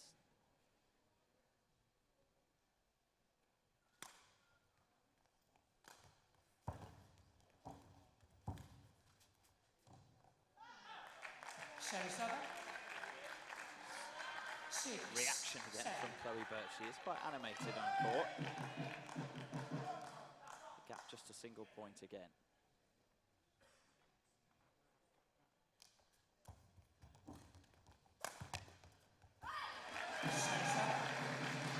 Chloe Birch now has a game point to take the lead once again in this event. Yeah, it was good pace again. You know, a nice tight net shot, and then as soon as she got that opportunity, she got herself into position to hit it and played a really good smash. Yao Ji with hands thrown up in the air in frustration because Chloe Birch has taken the third game, 9-6, and re-establishes her lead in this women's singles. I think is also really carrying her momentum into through the game. Really, you know, we spoke earlier about the Loughborough ladies doubles pair being that sort of steamroller and that sort of really aggressive force in the game. And I just think that, you know, Chloe's in a position where that she could, if she can continue in the way that she is, then she could overturn this the Dutch player and take the game. But you know, Yao Ji's obviously got the quality. She can, we saw from the second game, then you know, she can still pull the shots out. So provided that she can keep mobile enough and keep the error rate down, then this game's not over yet. Certainly is not, but it's 2-1 in favour of Chloe Birch. If she wins this game, then Loughborough Sport win the match night overall here. Fourth game. The beginning of this new NBL season. Leon, please, thank you. Fourth game. Level. So Yao Ji wanted to change the shuttle then, but because Chloe Birch is serving, then it's her decision whether they change it or not, and she refused, so possibly some mind games in there.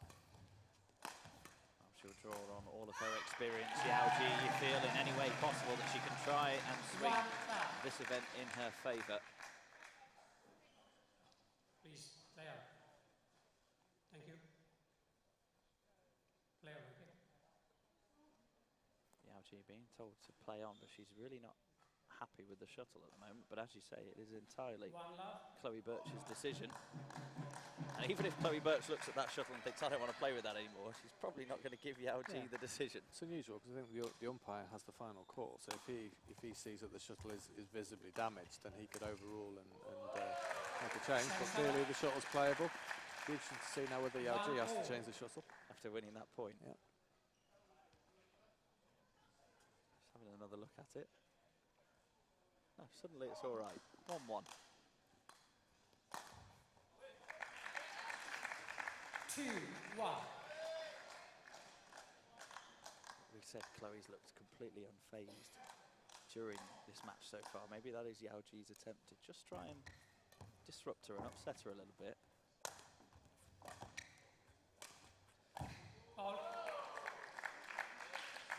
Just caught the ground before being picked back up by Chloe Birch. But again, you see her athleticism there. Yep. Either court, please. Just need to get one of the court moppers on quickly. She was down on the ground there. Interesting to see whether Yao Ji can maintain a lead, because she's had to fight back from behind. And it's always been Chloe Birch in the ascendancy.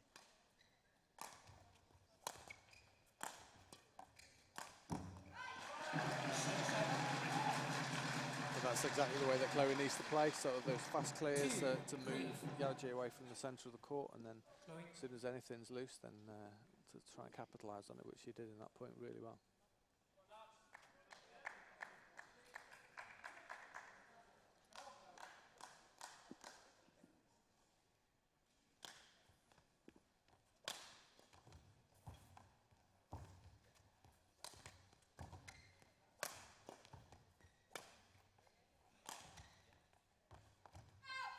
Well left by Yao Ji, back in front by 2 points again, 4-2.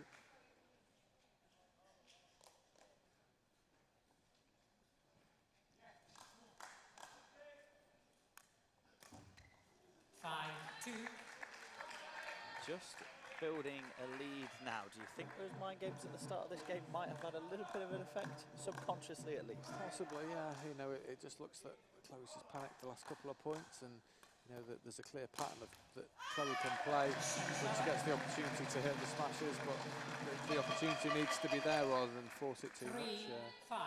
And she just sort of drifted away from that game plan a little bit in the middle of the set so far.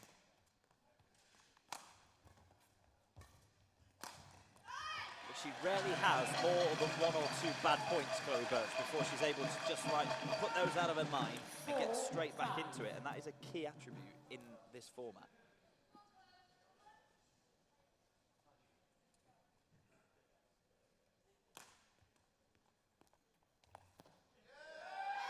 Oh, Yao Ji watched that one a long way down, but it was called in. So Chloe Birch is level now, 5-5, 3 points in a row. Momentum back with the Loughborough Sport singles player.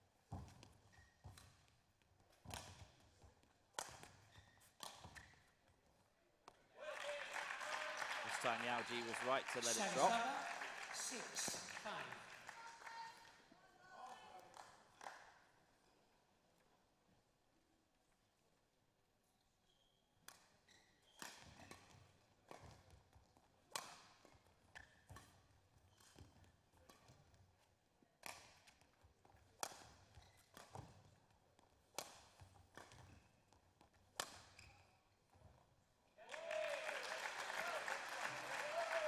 Catches the line from Yao Ji, 7-5, and at this stage of the game, Timeout called by Loughborough. Loughborough Sport have called a timeout. It's a rare situation. Well, it's a new situation for Chloe Birch to be in. She's trailing at this stage of the game. Yeah, I think she's just drifted away from the game plan. You know, Yao Ji's been able to sort of dictate a little bit more what's happening in the rallies, and Chloe's gone either a little bit over-aggressive or a little bit passive, and has lost that middle ground where she's been so effective so far.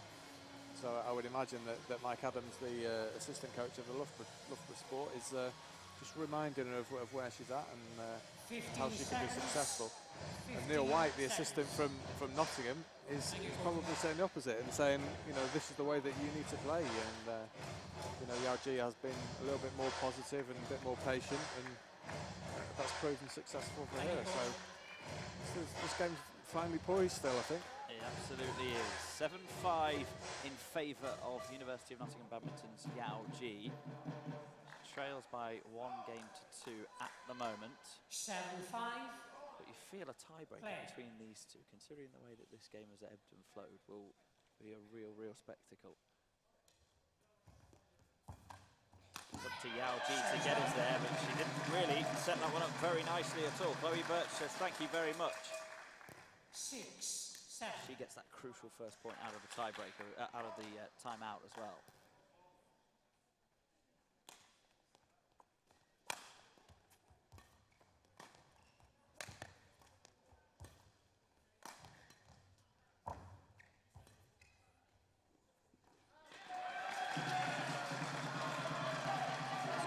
Another high energy rally from Chloe there, sort of worked for the point, and when the opportunity came, then they forced the error out from the side and has enabled a match point. It is match point because Chloe Birch has opted to take the power play shuttle. 2 points on offer for her if she wins this rally. 2 points and the match night for Loughborough Sport as well. It is in. Chloe Birch clenches her fist. She's beaten the experienced Yao Ji by 3 games to 1 on the power play shuttle, and Loughborough Sport, no matter what happens now, have won this match night, and they've made a strong start to this new NBL season. Absolutely, they'll be really happy with that. Possibly on paper was one of the games that could have gone either way. I think Chloe fully deserved the win there. I think she was the most effective and most impactful player on the court, and really took advantage of the fact that the travel problems and the slow start that have affected the Nottingham team a little bit more. Yeah, well, we talk about those travel problems. Yao Ji's husband is up on court next in the men's singles.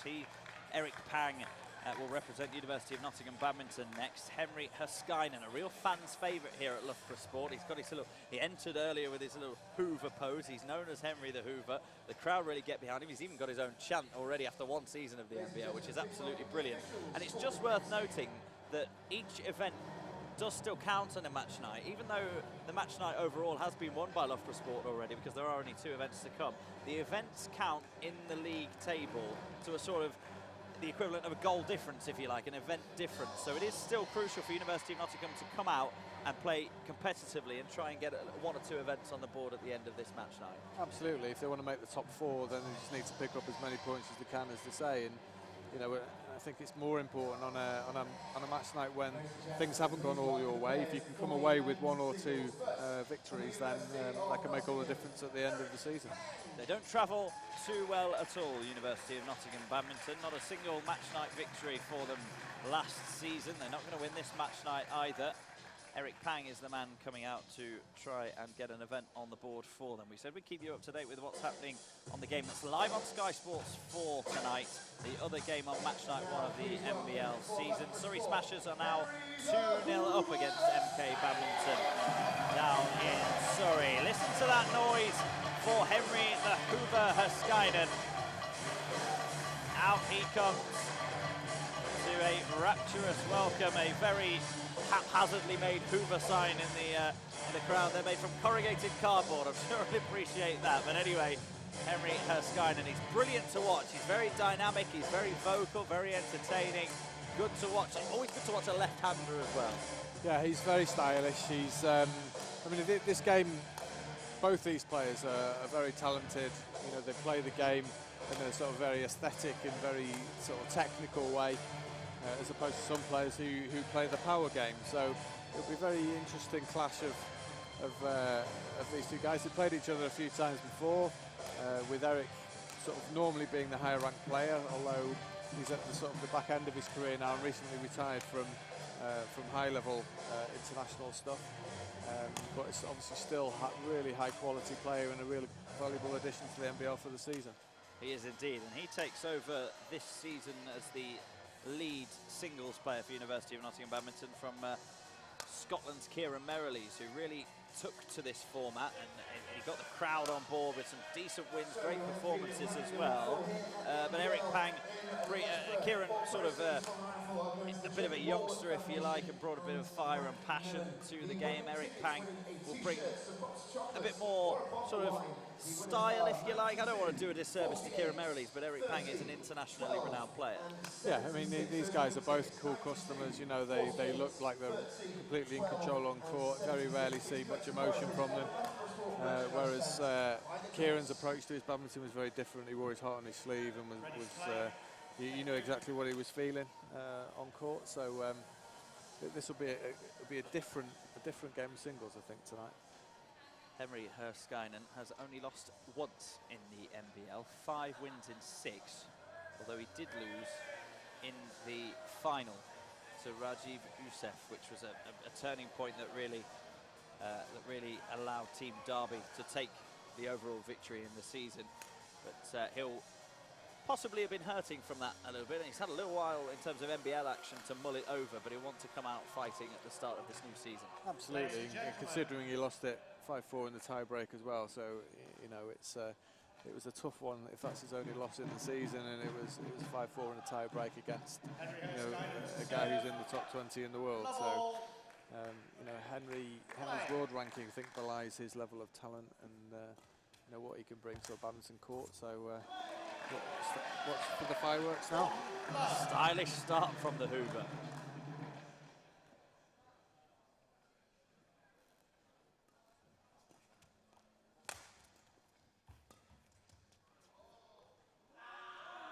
Service over. 1-all.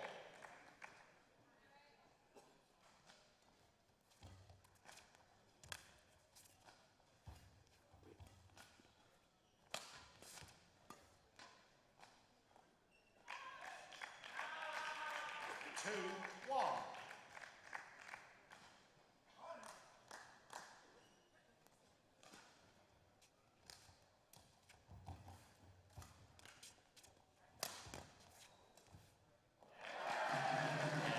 Skynet just put Pang on the back foot there and then dropped the second one short. Well executed.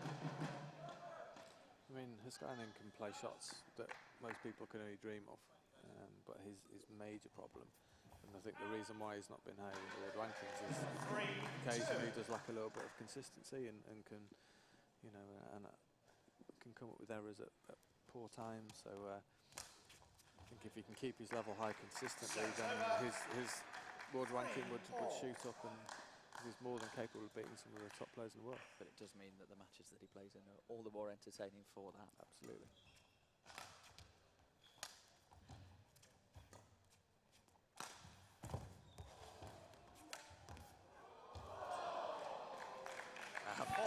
The diving pickup from Herskainen, then he didn't connect with that one at all as he intended, but it almost dropped for him.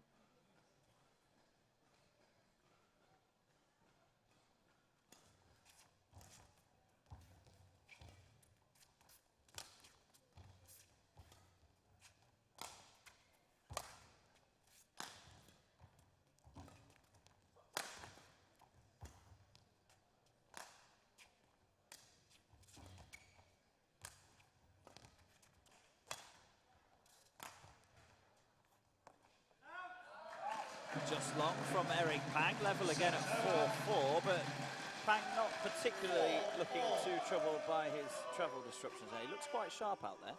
No, I think that was an interesting rally there. Both of them moving each other around the court quite nicely, and yeah, Eric's certainly showing no signs of any fatigue from travel.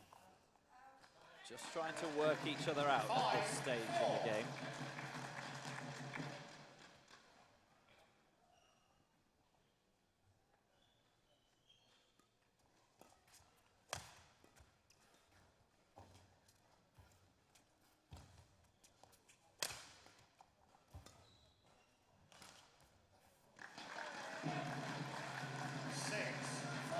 Haskainen opens up a 2-point advantage, 6-4.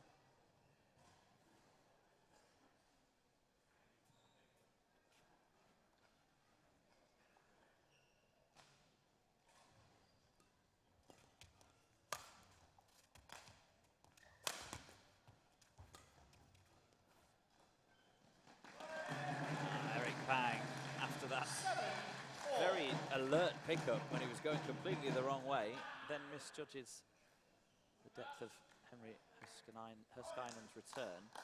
7-4 now.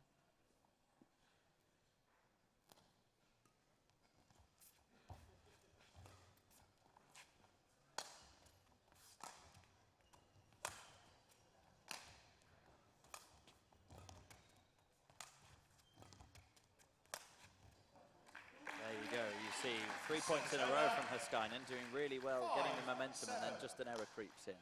Yeah, just thinking about how Eric is actually approaching this game, and I think the last rally sums it up really, that he hasn't really done a great deal. He's not really been the aggressor in any of the rallies. He's just quite happy to prolong the rally and see if Henry's going to make an error, and that might work up to a point, but if Henry's hot, then he's going to hit the short field just as he did in that last point.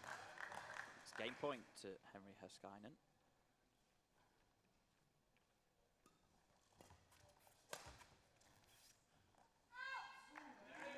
Service over, 6-8. One of them saved by Eric Pang.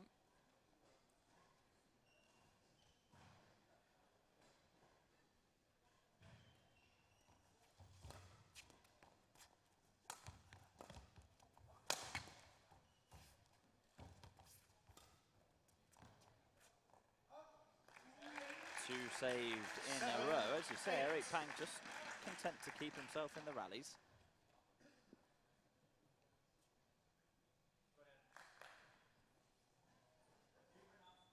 Still game point Haskainen.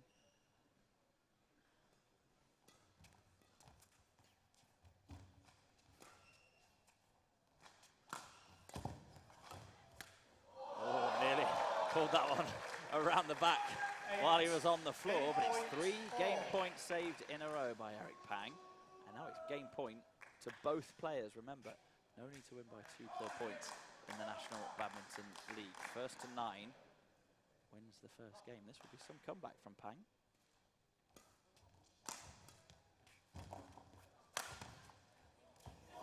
And that was almost the way to pull off that comeback. That was a stunning effort from Eric Pang, and it sort of teetered on the top of the net for a second or two to think whether it was going to go over. Henry Haskainen does take the first game by 9 points to 8, but this is going to be a cracker. Yeah, I think that last point summed it up really, that Henry was the one who was actually trying to win the point. And Eric was really actually unlucky not to actually snatch that game from nowhere really. So, you know, he's feeling his way into the game. He doesn't look too troubled. But at the same time, Henry's looking pretty comfortable as well. And it's exactly what we expected. We've got 2 quality players playing some quality badminton. And let's go for game 2. Haskainen took the first by the narrowest of margins. Eric Pang gets first blood in the second game. It's equally entertaining watching 2 players at the top of the game than it is the 2 players that are trying to feel their way into it, because here, you know, you're going to get some top quality, top draw shots pulled out of the bag. Both of them have got plenty in their locker. And that's just like awesome from Haskainen there. Really deceptive return of serve, and then shots up in the air. It looked like he was going to smash straight, and cuts across the shuttle and brings it down really steep for a clean winner. Got a little tap on the racket from Eric Pang as well. He finds the line with that smash straight down the line, so anything you can do. For me, I think he needs to do that a little bit more when he gets that opportunity to be a little bit more aggressive and try and win some points as opposed to relying on Henry losing them. You know, because when he does play the longer rallies, then he's still with the chance of winning those as well. So he's got a good chance all around. Not really a format that you can bide your time in this.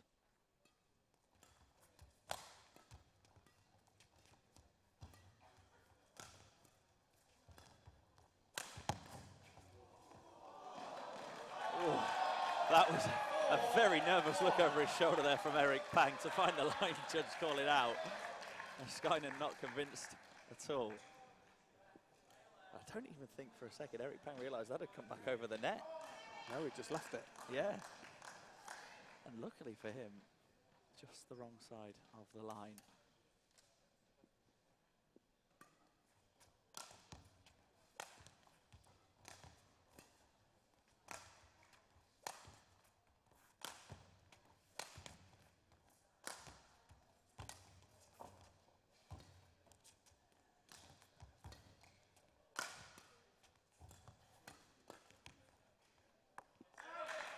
Leaves that one and is right to do so as well. Eric Pang has come out firing in this second game.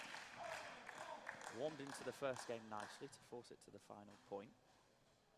He's continued that momentum. 5-1 he leads now. He's just pulling his shots out of the bag a lot more. He's being more aggressive. He's taking the game to Heiskainen. Yeah, he's just mixing up a little bit. The previous rally was that slow defensive, you know, wait to see what Henry's going to do, and then he just takes it to him, and it's just disrupting the flow of Henry's rallies as well, which is going to be to his advantage.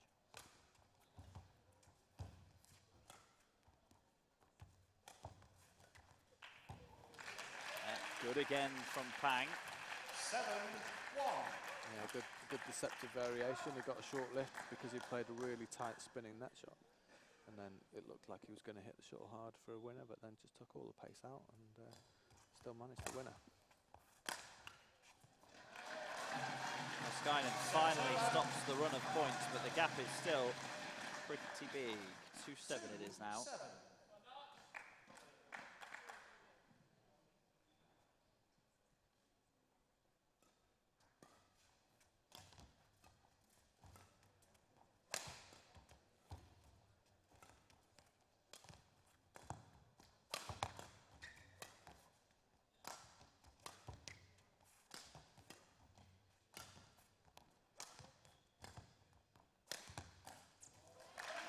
Pang looking to close this game out as quickly as he can. He has a game point at 8-2.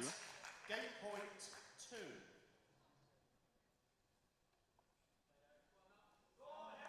Hard to believe that we're still watching the same event here when the last game went down to 9-8.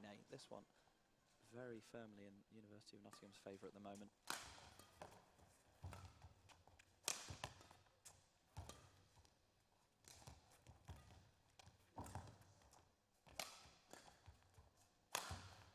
Pang polishes it off.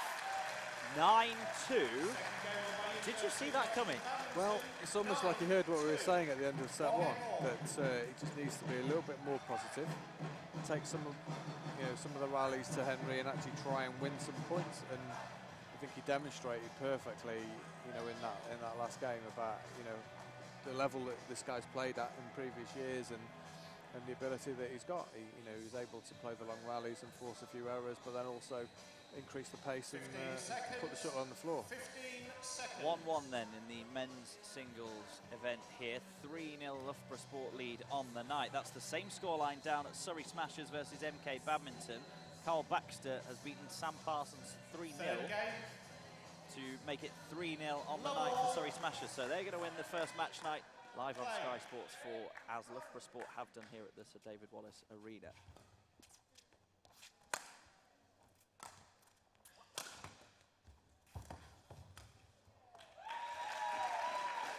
Eric Pang will just want more of the same. He wants to continue the momentum from the second game.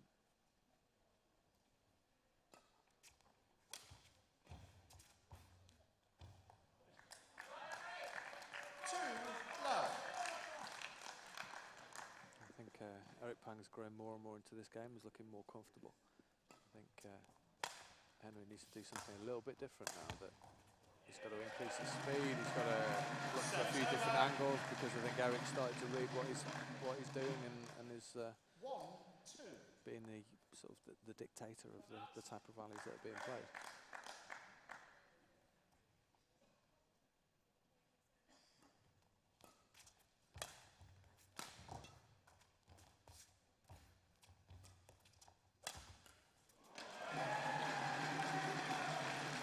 Points in a row for for going 2-love down early on.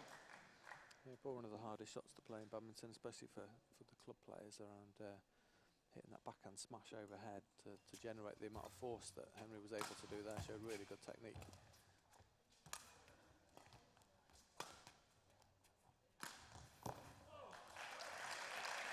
Finding himself on the floor quite a lot, chasing Eric Pang's cross-court efforts mainly. His accuracy has been spot on, probably for Eric Pang, since the latter stages of the first game. Yeah, definitely. I mean, again, when he chooses to up the pace and actually look for those angles, he's been successful. And I think the more he's done it, the more he's realised actually this is probably the way to go. And it's almost by him doing that, it's stopping Henry doing that to him, which is Henry's strength as well. So it's working on both fronts. 3-2. Fascinating to watch them try and figure out a way past their opponent. 4-2. Trailing a couple of points in a row at the start of this third game.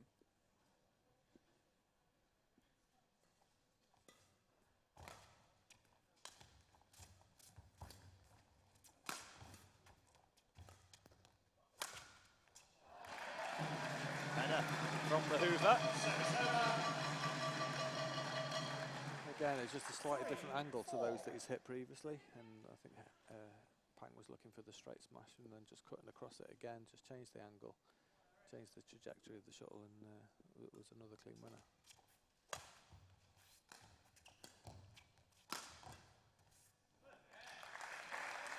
Service over. 5-3. Pang doesn't dwell on it for too long though.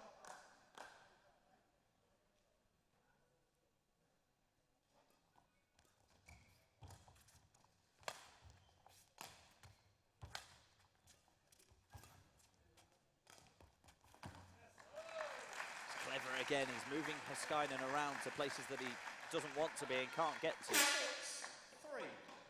Timeout. Yeah, took that shuttle nice and early again, looked like he was going to hit it with some pace. Cut all the pace out of it at the last minute for a nice deceptive drop shot. Timeout called by Loughborough Sports coach Andy Wood. Just try and want to get Heiskainen to find a way to combat Eric Pang at the moment. Yeah, the pace of the rallies that Henry plays all the time is very flat, very fast. There's no variation in that. And I think from the middle of the first set, then Eric's become accustomed to that. So Henry needs to do something a little bit different, whether it is playing a little bit slower, whether it is bringing in, playing a little bit softer, especially from the backhand side, and just having a little bit more variation, just to throw Pang off his game a little bit, because at the moment you can't see anyone else winning other than Pang. 6-3. Play.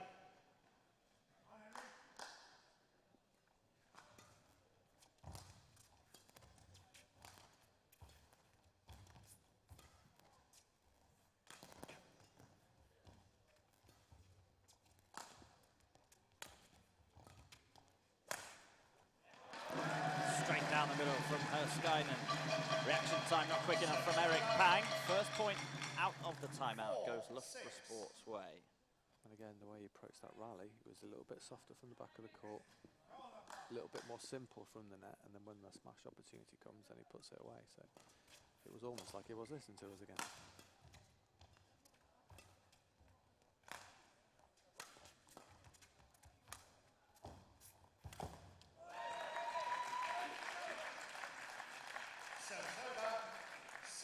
Just not been able to get a run of points at the moment, Heiskainen. Pang disrupting every time he threatens to get any momentum.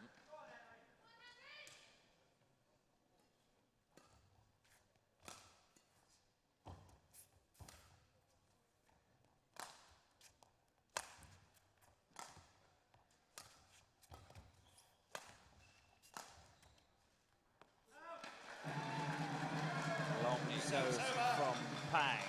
5-7.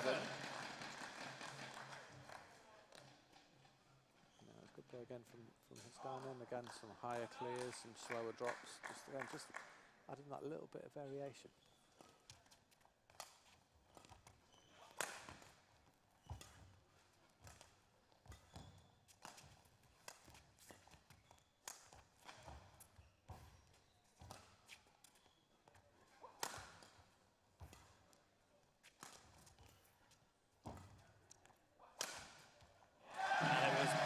from Eric Pang defensively, but Haskainen kept coming. Make sure he eventually claims the point, but he's been made to work very hard for each and every single one of them.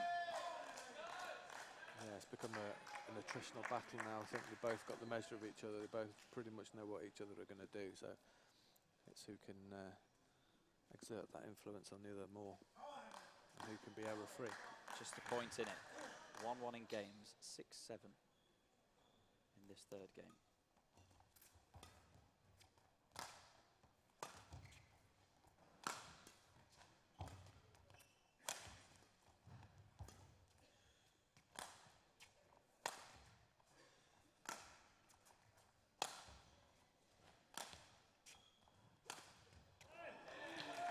Keep seeing the example of Eric Pang staying in the rally until Haskainen makes a mistake, and that mistake has handed game point to his opponent. 8-6 Eric Pang, and a chance to go in front at 2-1.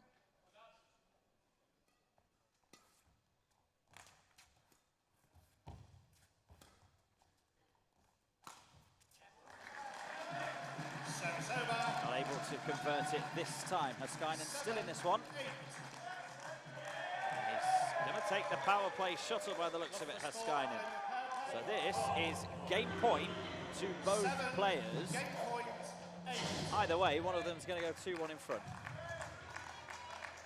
The drama of the NBL, this is exactly what we want to see. The power play has been used effectively so far on this match night. Can Haskainen make it work in his favour?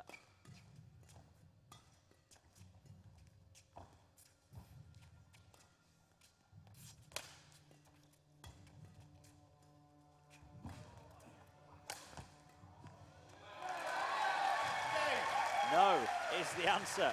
Eric Pang does really well in what was a very tense rally. He looks out of puff there, Eric Pang, but he's 2-1 in front. He wins the third game, 9-7. This is absolutely brilliant to watch. Of all the times that you don't want to break a string in your racket is on game point, on your power play, when you're in control of the rally, and he busts about 4 strings in one hit. So wants to stop hitting it too hard then, doesn't it? Eric Pang won't mind at all. Absolutely not, absolutely not. So Henry's used his power play plus his 2-1 down. It's looking like a long way back for the Hoover, but there's plenty of home support here for him still. Eric Pang seeking to get University of Nottingham Badminton's first event on the board.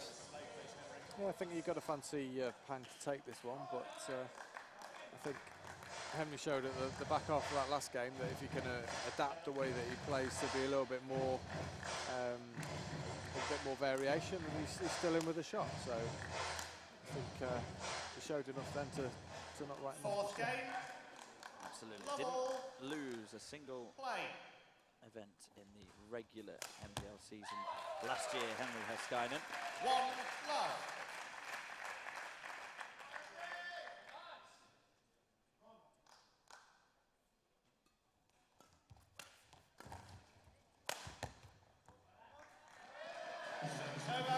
Right, you've got to say that's a missed opportunity for Eric Pang, that, because Haskainen was never going to get to wherever he put that shuttle.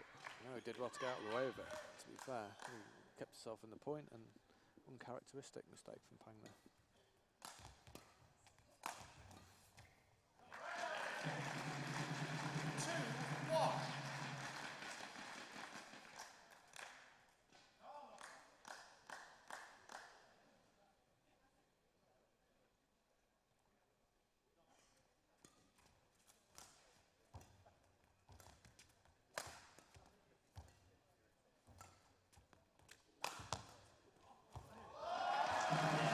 Kind of shot that is definitely going to get the crowd on Haskainen's side and just give him that extra little boost.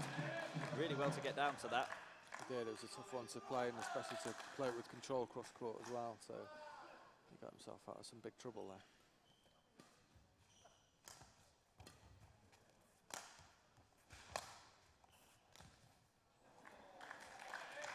Service over. And there was an example of Henry almost having too many shots. His imagination, he saw that shot, really difficult to execute, and just didn't quite catch it in the middle of the string. So, you know, a lesser player would have played something a little bit more basic, but could equally have been a winner.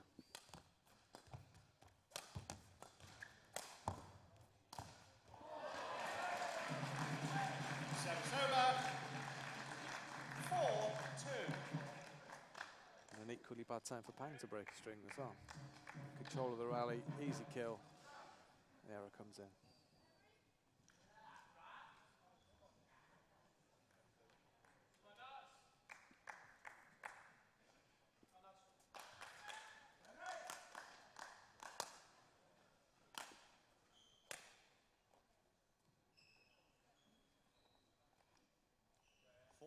Herskainen 4-2 up then, but trailing by 1 game to 2.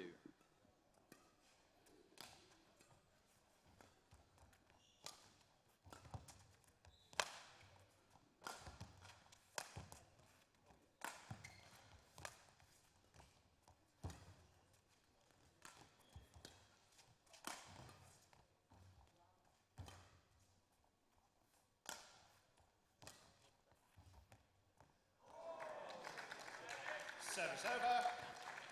Even if that had dropped over the net, I don't think Pang was going anywhere near it. He was University happy of to Nottingham Badminton sit claim and their watch that. timeout. Timeout called by University of Nottingham Badminton.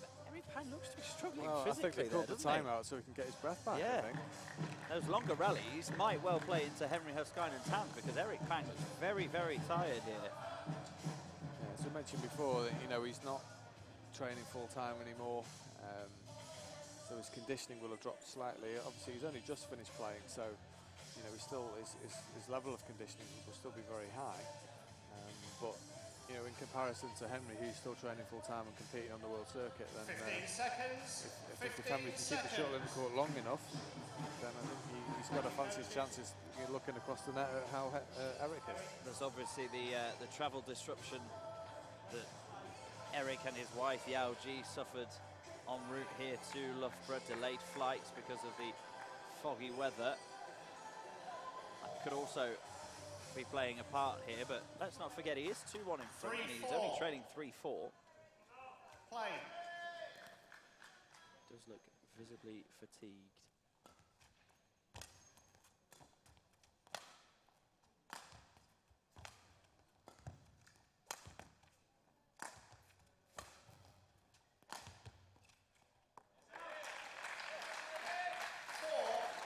He does look fatigued, but men's singles at world level is brutal, you know. So these guys are well used to pushing themselves through, you know, the pain barrier and maintaining the level over a long period of time.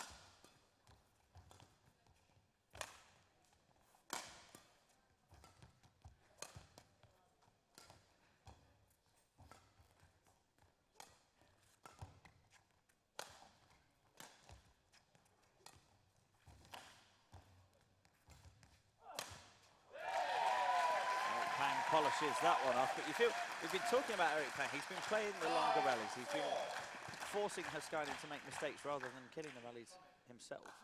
You'd feel that he might be better served to be a bit more attacking, make the rallies a bit shorter.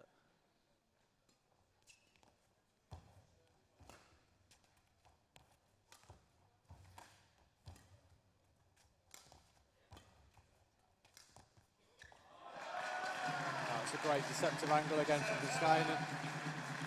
Trying to make it look like he's going to punch one down the line and just pulled it across court. Just makes it really, really taxing on Pang's legs because he's having to wait and react to where the shuttle's going before he can move. Shake of the head and a look over to the bench from Eric Pang. It's 5-5.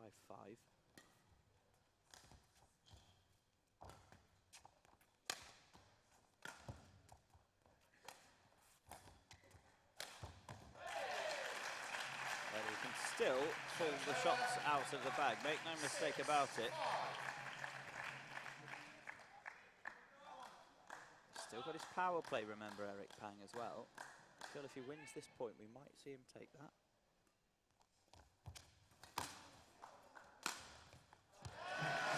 Easier said than done, winning the point though, and a little slip there didn't really help him. Well, I think that slip was created by another phenomenally deceptive return of serve from Herskainen. It's so hard to read what he's going to do. Just technically, the way that he approaches the shuttle is the same all the time. So you just can't predict where the shuttle's going to go. So it's incredibly stressful when you're on the other side of the court receiving that. And just like physically on the legs, and you're just having to wait and react. It's the added thing that's draining some of the energy away from Pang, I think. Eric Pang finding every single drop of sweat on the court there to make sure he's got as much of a break as possible between points.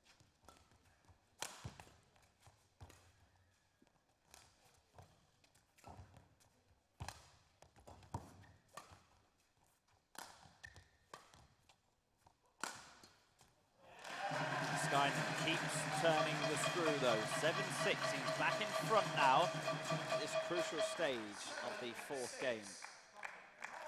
It's looking increasingly laboured from Eric Pang.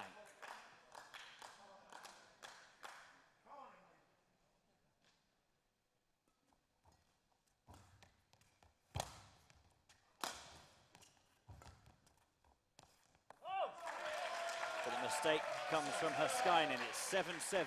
The knowing nod to the bench from Eric Pang means that he will take the power play.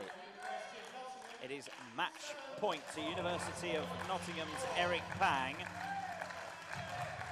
He'll want this over and done with as quickly as possible. I don't think he's got many more points left in him, Eric Pang.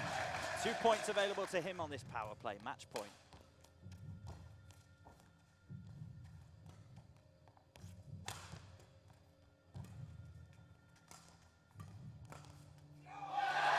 Herskainen says no though. He goes 8-7 in front, has a game point of his own to take us to a tie-break. He's played that point really well there. He was cagey, but just didn't hit anything anywhere near Pang to make him run for everything. Found a great angle for a winner. How quickly this format turns on its head. At 7-7 with the power play, Eric Pang was a point away from victory. Now it's 8-7 Herskainen, and we're a point away from a tie-break.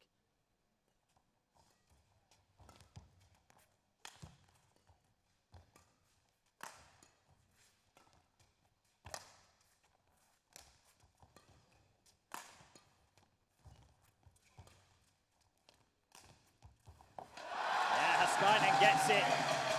Tie-break, here we come. 9-7 in the fourth game in favour of the Swedes. You've got to favour him now for the tie-break. You have to. You would think so. I mean, Pang looks dead and married. He looks physically completely shot, but it's 5 points. That's all it is. So, you know, he'll be telling himself now that all I've got to do is I've just got to get 5 points, maybe even 3 points. So this is where the format, especially with the tie-break format in the final set, can really still advantage the older players or the players who aren't playing as much, or if you're completely fatigued during the course of the game. So it's almost like that fighter's chance, isn't it? The puncher's chance in a boxing match. Absolutely. Eric Pang has got to put the last 4 games out of his mind now. He's got to forget how tired he is. As you say, all he needs is 3 points in a row.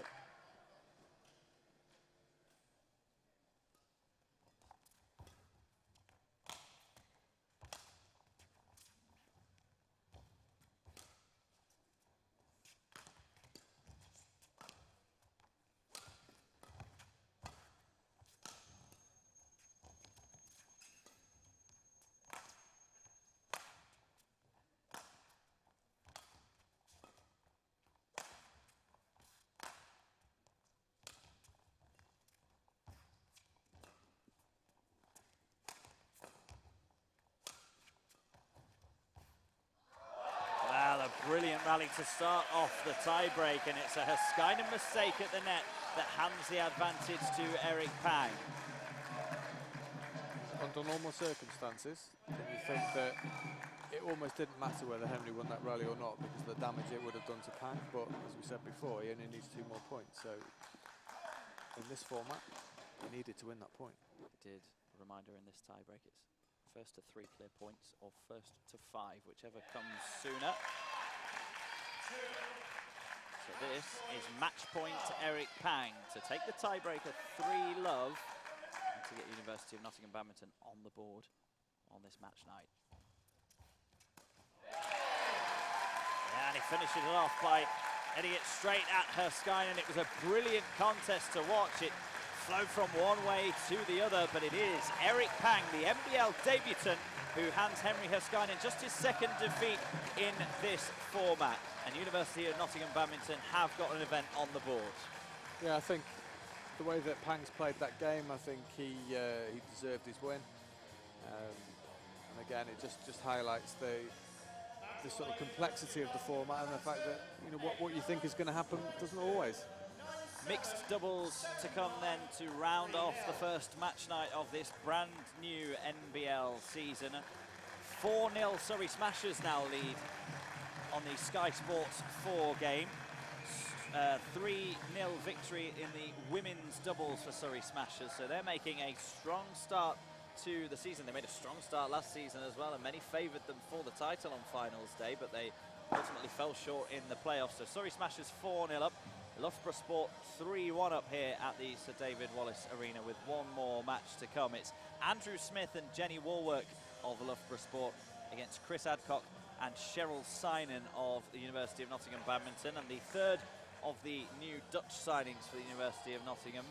Another one that was struggling with the travel disruptions earlier on, but we've seen it sort of work both ways. Yao Ji looked possibly a little bit laboured against Chloe Birch, who just got the job done there, but Eric Pang, despite looking absolutely shattered, managed to win his match. So possibly can't read too much into it for Cheryl Synan, but she's a bit of an unknown character, not particularly well known on the international circuit, or certainly not here in Britain anyway.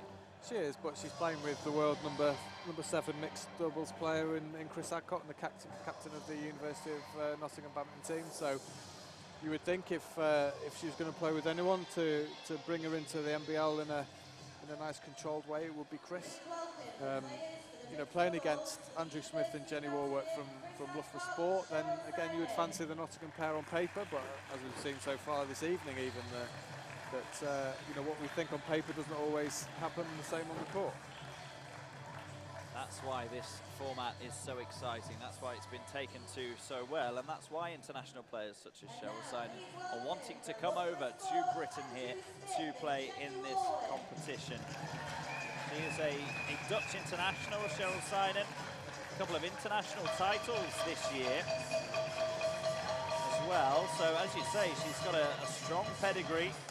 She also managed to watch the NBL on this live stream, so she'll have been witnessing some quality matches that we saw last year. And she, like Adam Quilina, who the first Polish player to play in the NBL, saw it, wanted to be a part of it.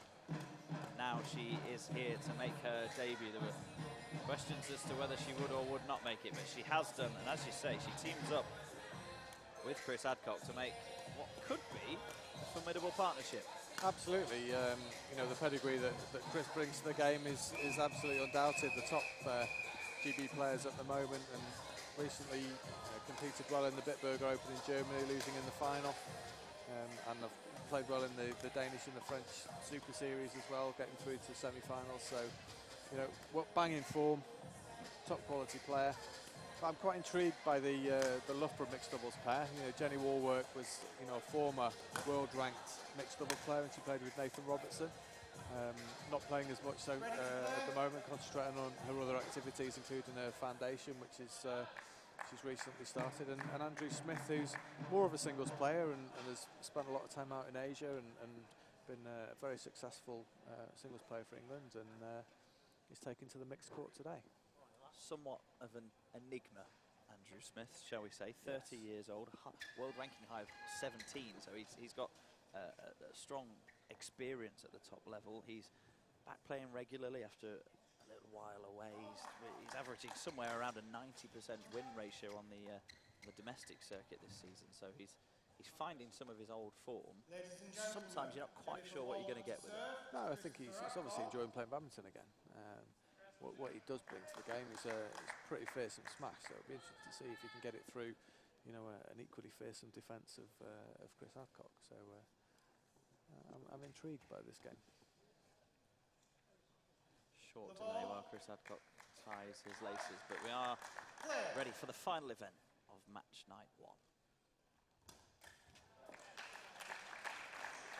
A statement of intent from Chris Adcock there. There's no messing around here. It's straight on the floor when he gets half a chance.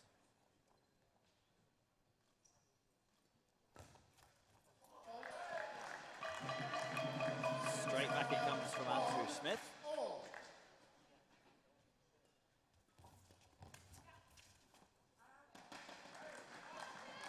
unable to wrap his racket all the way around. A few quick fire points at the start of this mixed doubles. Service over, 2-all.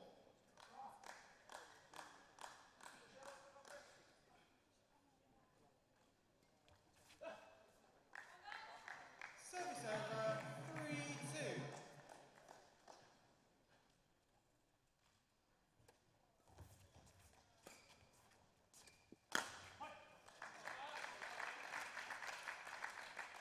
Service Both over. pairs just feeling each other out at the moment. Yeah, it's a pretty edgy start so far. So we just need to settle into the game a little bit. Service over, 4-3.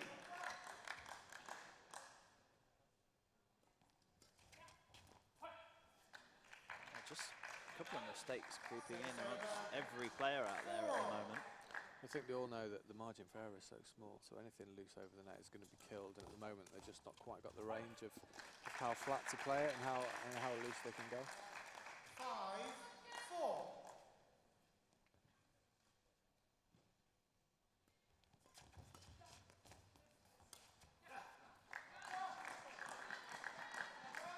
Service over, 5-all.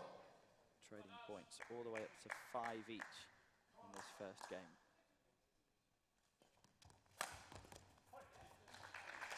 No more than 4 or 5 shots per rally at the moment either. 6-5.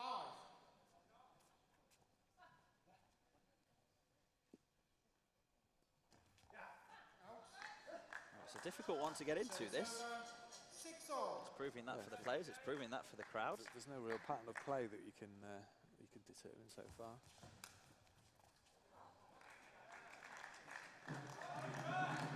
Just caught the frame of Cheryl Sinan's racket, which took it a touch long. 7-6. Was out. Out, says the umpire. 7-7. 7-all.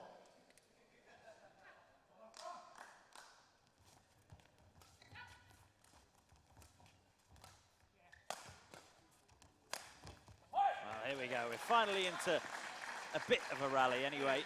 And it goes the way of the University of Nottingham badminton side. 8-7 to Chris Adcock and Cheryl Sinan. Game point.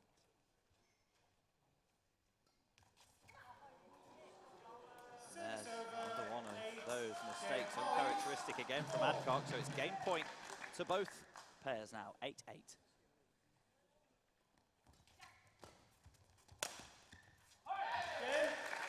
And the Nottingham pair take it, 9-8, but we're not really any closer to knowing who's going to come out on top in this event. No, absolutely. I said on paper that the Nottingham pair look like the clear favourites for this, but the first game has shown that nothing's nailed on.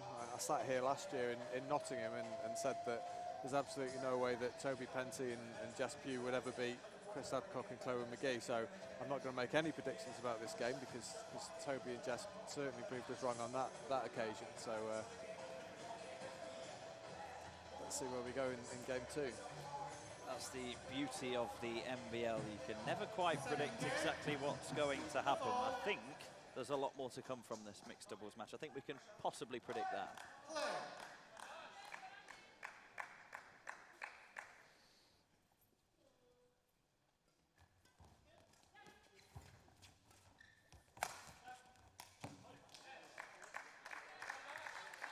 One left.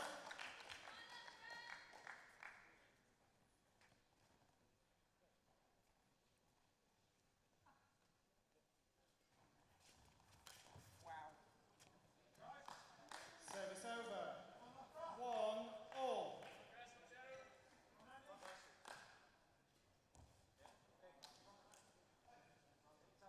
Just Service error over. after error at the 2-1. moment.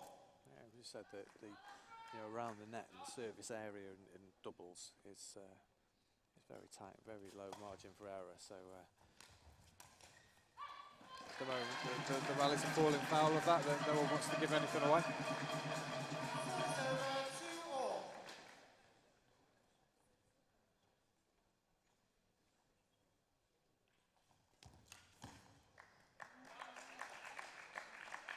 Service over. 3-2.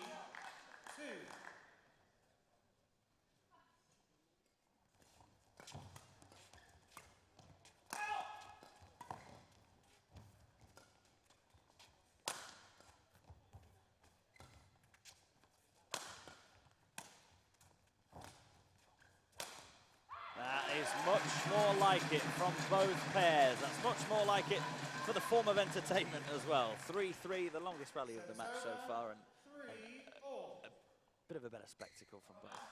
Yeah, I think the ladies were really good in the close exchanges around the net, and then as soon as Andrew Smith gets the opportunity to hit that big smash, then if he hits it when he's in a good position, then he's got a very good chance of winning the point. 4-3. Not had a lot of opportunity to pull that shot out of the bag at the moment. Let's.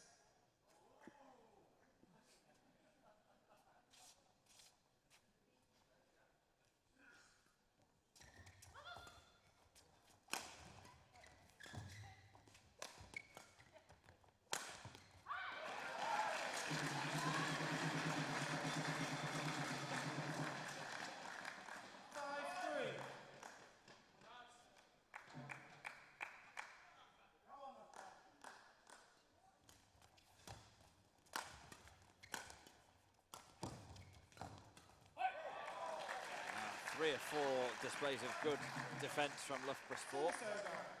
But the University of Nottingham Badminton who reduced the deficit 4-5.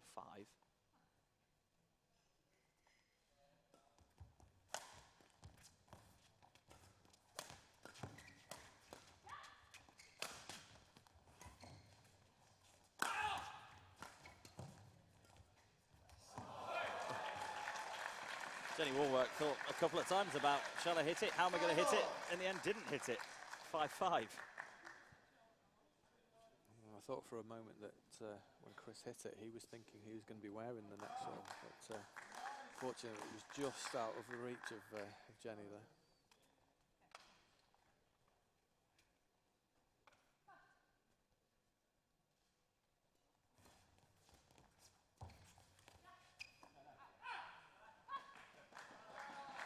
To be a little bit cute at the net, Cheryl Synan. Not far away,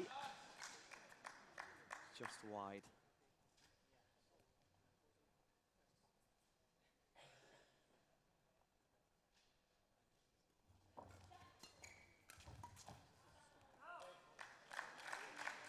Again, it's nip and tuck again, they're trading points, 6-6.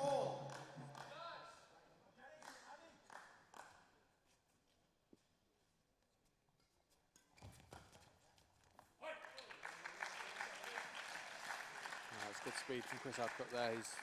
One of his major attributes in his mixed game is the pace and the power that he brings into the mid-court area, and he was really quick onto that and punched it into the corner for a winner.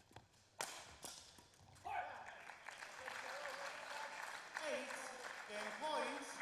Well, Chris Adcock and Cheryl Synan have a game point to take a 2-game lead.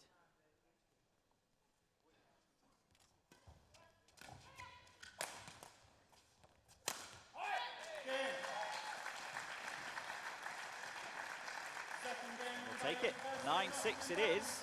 9-6. Chris Adcock and the NBL debutant Cheryl Synan, 2 games to the good in the final event of match night 1. Yeah, they're looking quite comfortable in a game where there's not been that much comfort. It's been very, very scrappy. There's been quite a few errors, around the net area, but certainly when the rallies open out, then the vast majority of those are being won by the Nottingham pair. So, I think if they can maintain that, then they've got a very good chance of seeing this one out. And in the overall context of the season, I know it's very early doors, but as you say, to come away as University of Nottingham have done here to Loughborough, and to lose the match night overall already, but to take a couple of events away with you feels good, especially because it'll be the last 2 events of the match night. Yeah, they are crucial overall. Yeah, it'll certainly set them up for match night 2 and the rest of the season, that they'll feel that they've got games that they can rely on when they go into the next set of fixtures.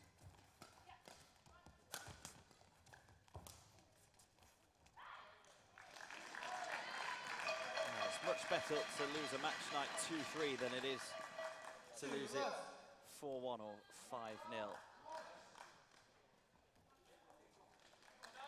Service over, 1-2.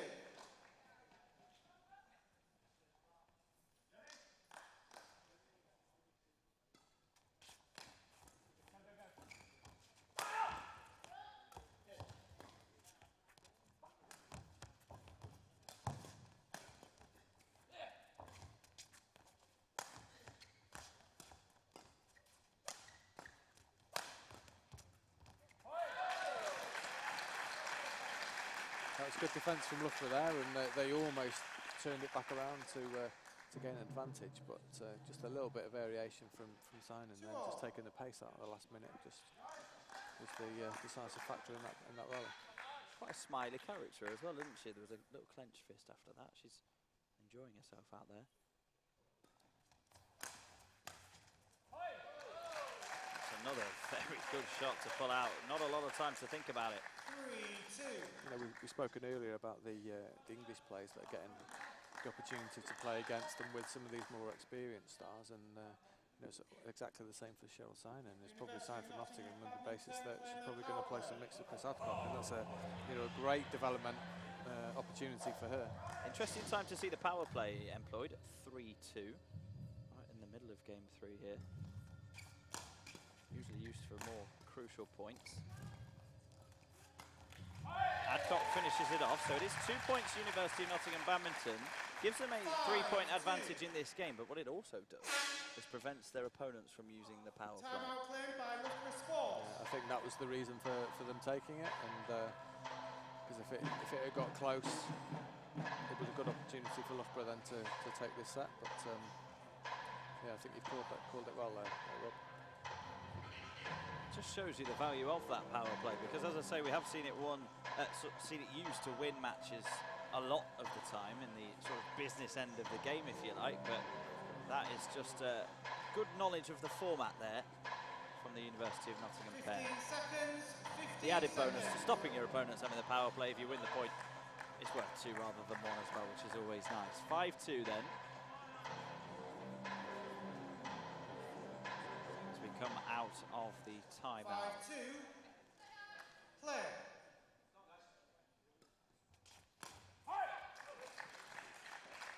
First point out of the timeout goes Nottingham's way as well.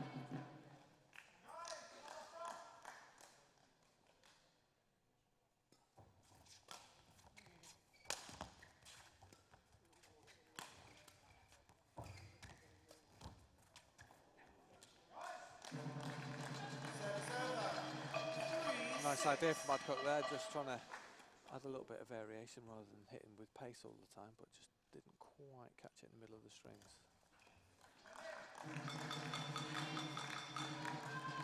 Loughborough Sport hanging on in there at the moment.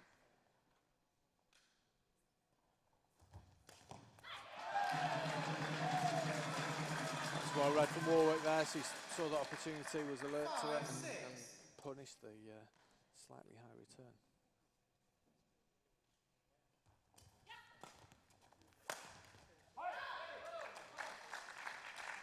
Power from Cheryl Synan, finding herself at the back of the court. 7-5. It stops a run of 3 consecutive points for Loughborough Sport as well.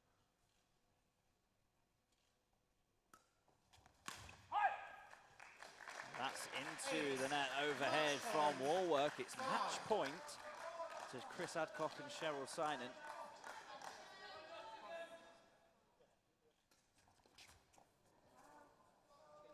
That's not what you'd expect from Chris Adcock at all, miles away.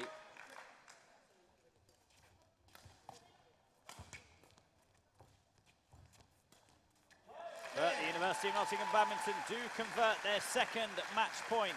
They take the third game, 9-6. They win the mixed doubles by 3 games to 0. And that means overall on this match night 1, it finishes Loughborough Sport 3, University of Nottingham Badminton 2. Plenty on show tonight, Neil, to show that the second season of the NBL is going to be just as exciting as the first. Yeah, it's been an interesting fixture. The fact that Loughborough got off to such a strong start and Nottingham come back with a bit of a rearguard action, and it was on balance was probably about right. 3-2 win for Loughborough.